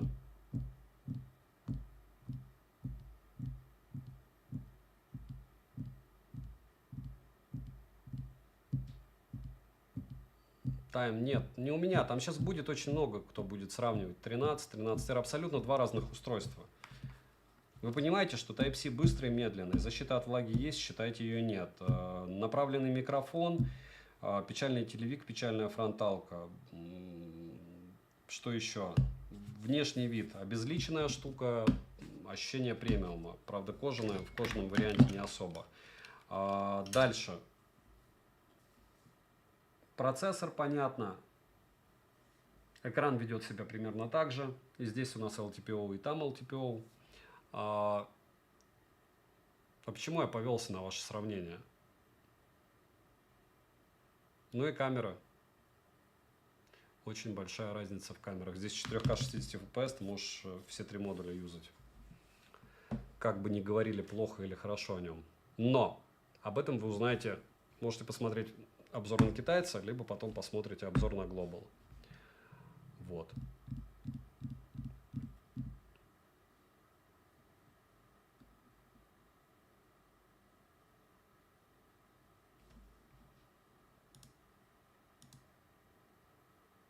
Зорно, еще возможности блокировки в агрегации частоты в бендах. Да почему вот к чему это все? Да, китайские смартфоны всегда дешевле. Да, на это есть объективные причины.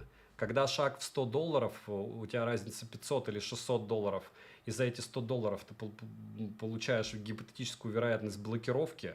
Помимо блокировки никаких тебе подарков, ты видишь, там часы дарят за 229 долларов. Ты купишь за 500 баксов или за 600 баксов и получишь часы за 229 баксов глобалку. Я бы однозначно покупал глобалку, не думая. Беспроводная зарядка. Ну, опять же, не так портит телефон. Тогда, в принципе, вот можно Poco покупать и все, какой-нибудь старый, даже X6 Pro, который я, к слову, разыгрываю на канале ежемесячно. Вот Poco X6 Pro покупайте и все. Про YouTube. Олег Олегович, что про YouTube? На YouTube все хорошо. YouTube растет, доходы у него растут, аудитория растет. С другими платформами не знаю как. Вот. Саня, конечно, и мы сейчас заканчиваем. Я заодно скажу всем огромное спасибо, что вы дошли. Вот. И был классный стрим. Я не был супер готов, потому что 2 дня жизни у меня вылетело на покупку байка, которую я в итоге не купил. Вот поэтому я не люблю социально-бытовые вопросы. Я люблю заниматься только обзорами и все. А все остальное лучше не делать, потому что это может очень сильно расстраивать. А просмотры, я еще раз повторяюсь, если вы начнете свой техноблог, вы поймете, что даже если ты видишь 1000 просмотров на ролике, и это не индусовские просмотры, которые ты купил, ты безумно благодарен этим людям, и это уже очень много. А если больше 1000, это просто нереально. И люди, которые считают, что там 1000 просмотров это недостаточно, особенно те, кто сами делают контент, но они зазвездились. Потому что все эти просмотры нам, как блогерам, дарит YouTube. Да, вы дарите их нам. То есть вы заходите, смотрите через обложку, там что-то интересное, еще что-то. Но технически без YouTube мы все никто бы были. То есть ни одного техноблогера вы не знаете, кто бы без YouTube вырос. 0. Zero. Ни одной площадки в мире больше не дало ни одного техноблогера в русском сегменте, в русскоговорящем сегменте.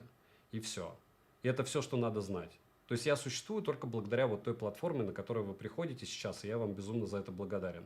Благодаря этой платформе я сделал первый ремонт в своей квартире за 2,5 недели, не спал, учился как плитку укладывать, как к крану быстрее прикрутить, в чем разница там в электрике.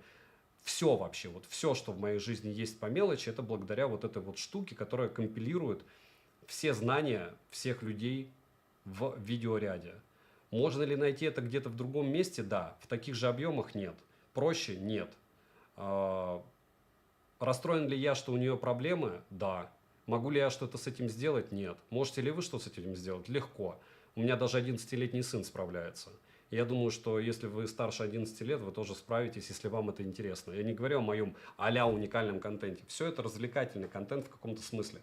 Если я вам сэкономил средства, вот человек Huawei купил, я ему не сэкономил.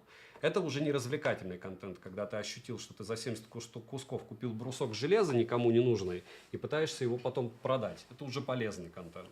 Но в основной массе все равно он развлекательный, так же, как и стримы. Я пытаюсь вас отвлечь от реальности какой-то, которая не всегда хорошая, и новостей. Лучше новости по 13R читать, чем какие-то другие сейчас. Я хороших новостей, к сожалению, не знаю. То вспышка на солнце, то пандемия, то самолеты падают, то еще очень много разных букв, о которых вы все прекрасно слышали. Которые непонятно, можно употреблять, нельзя, где, как, что. И, в общем, даже песенки какие-то нельзя напевать уже, советские. Так,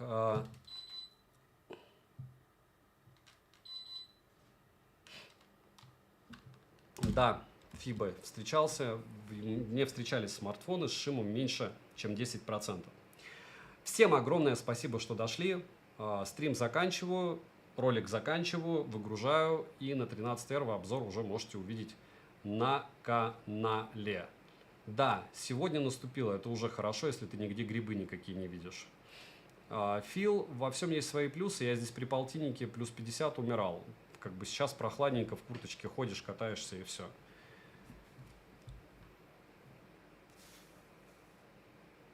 На данный момент США акция $399 и наушники в подарок Buds 3 Pro. И это 8128, правильно же? Да. Есть желание делать у меня обзоры, у вас есть желание их смотреть, и уже хорошо. И уже хорошо. Вы чем-то интересуетесь в технике, это вообще волшебно. Потому что всем остальным интересоваться как минимум опасно. Все. Притом неважно, с какой вы там точкой зрения, с какой стороны будете чем-то интересоваться. Потому что любые революции пожирают своих революционеров. И это работает в две стороны. Любой кипиш потом поедает своих создателей. В обе стороны. Везде. Даже в экономике. Олег Олегович, я верю, что вы устали. Я как бы стрим этот веду все-таки.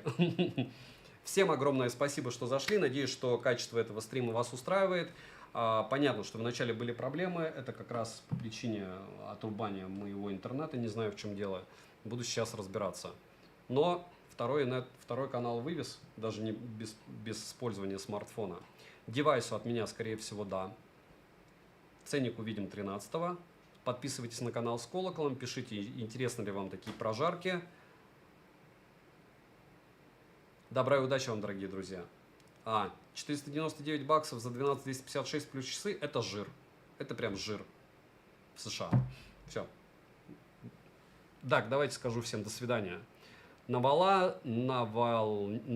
Зорн, Марина, Олег, Endless Time, Старый Рекс.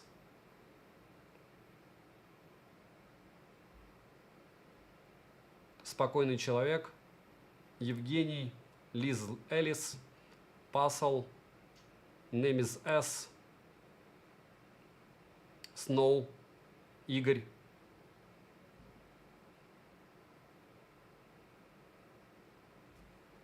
Немис и еще кто? Шип Диман.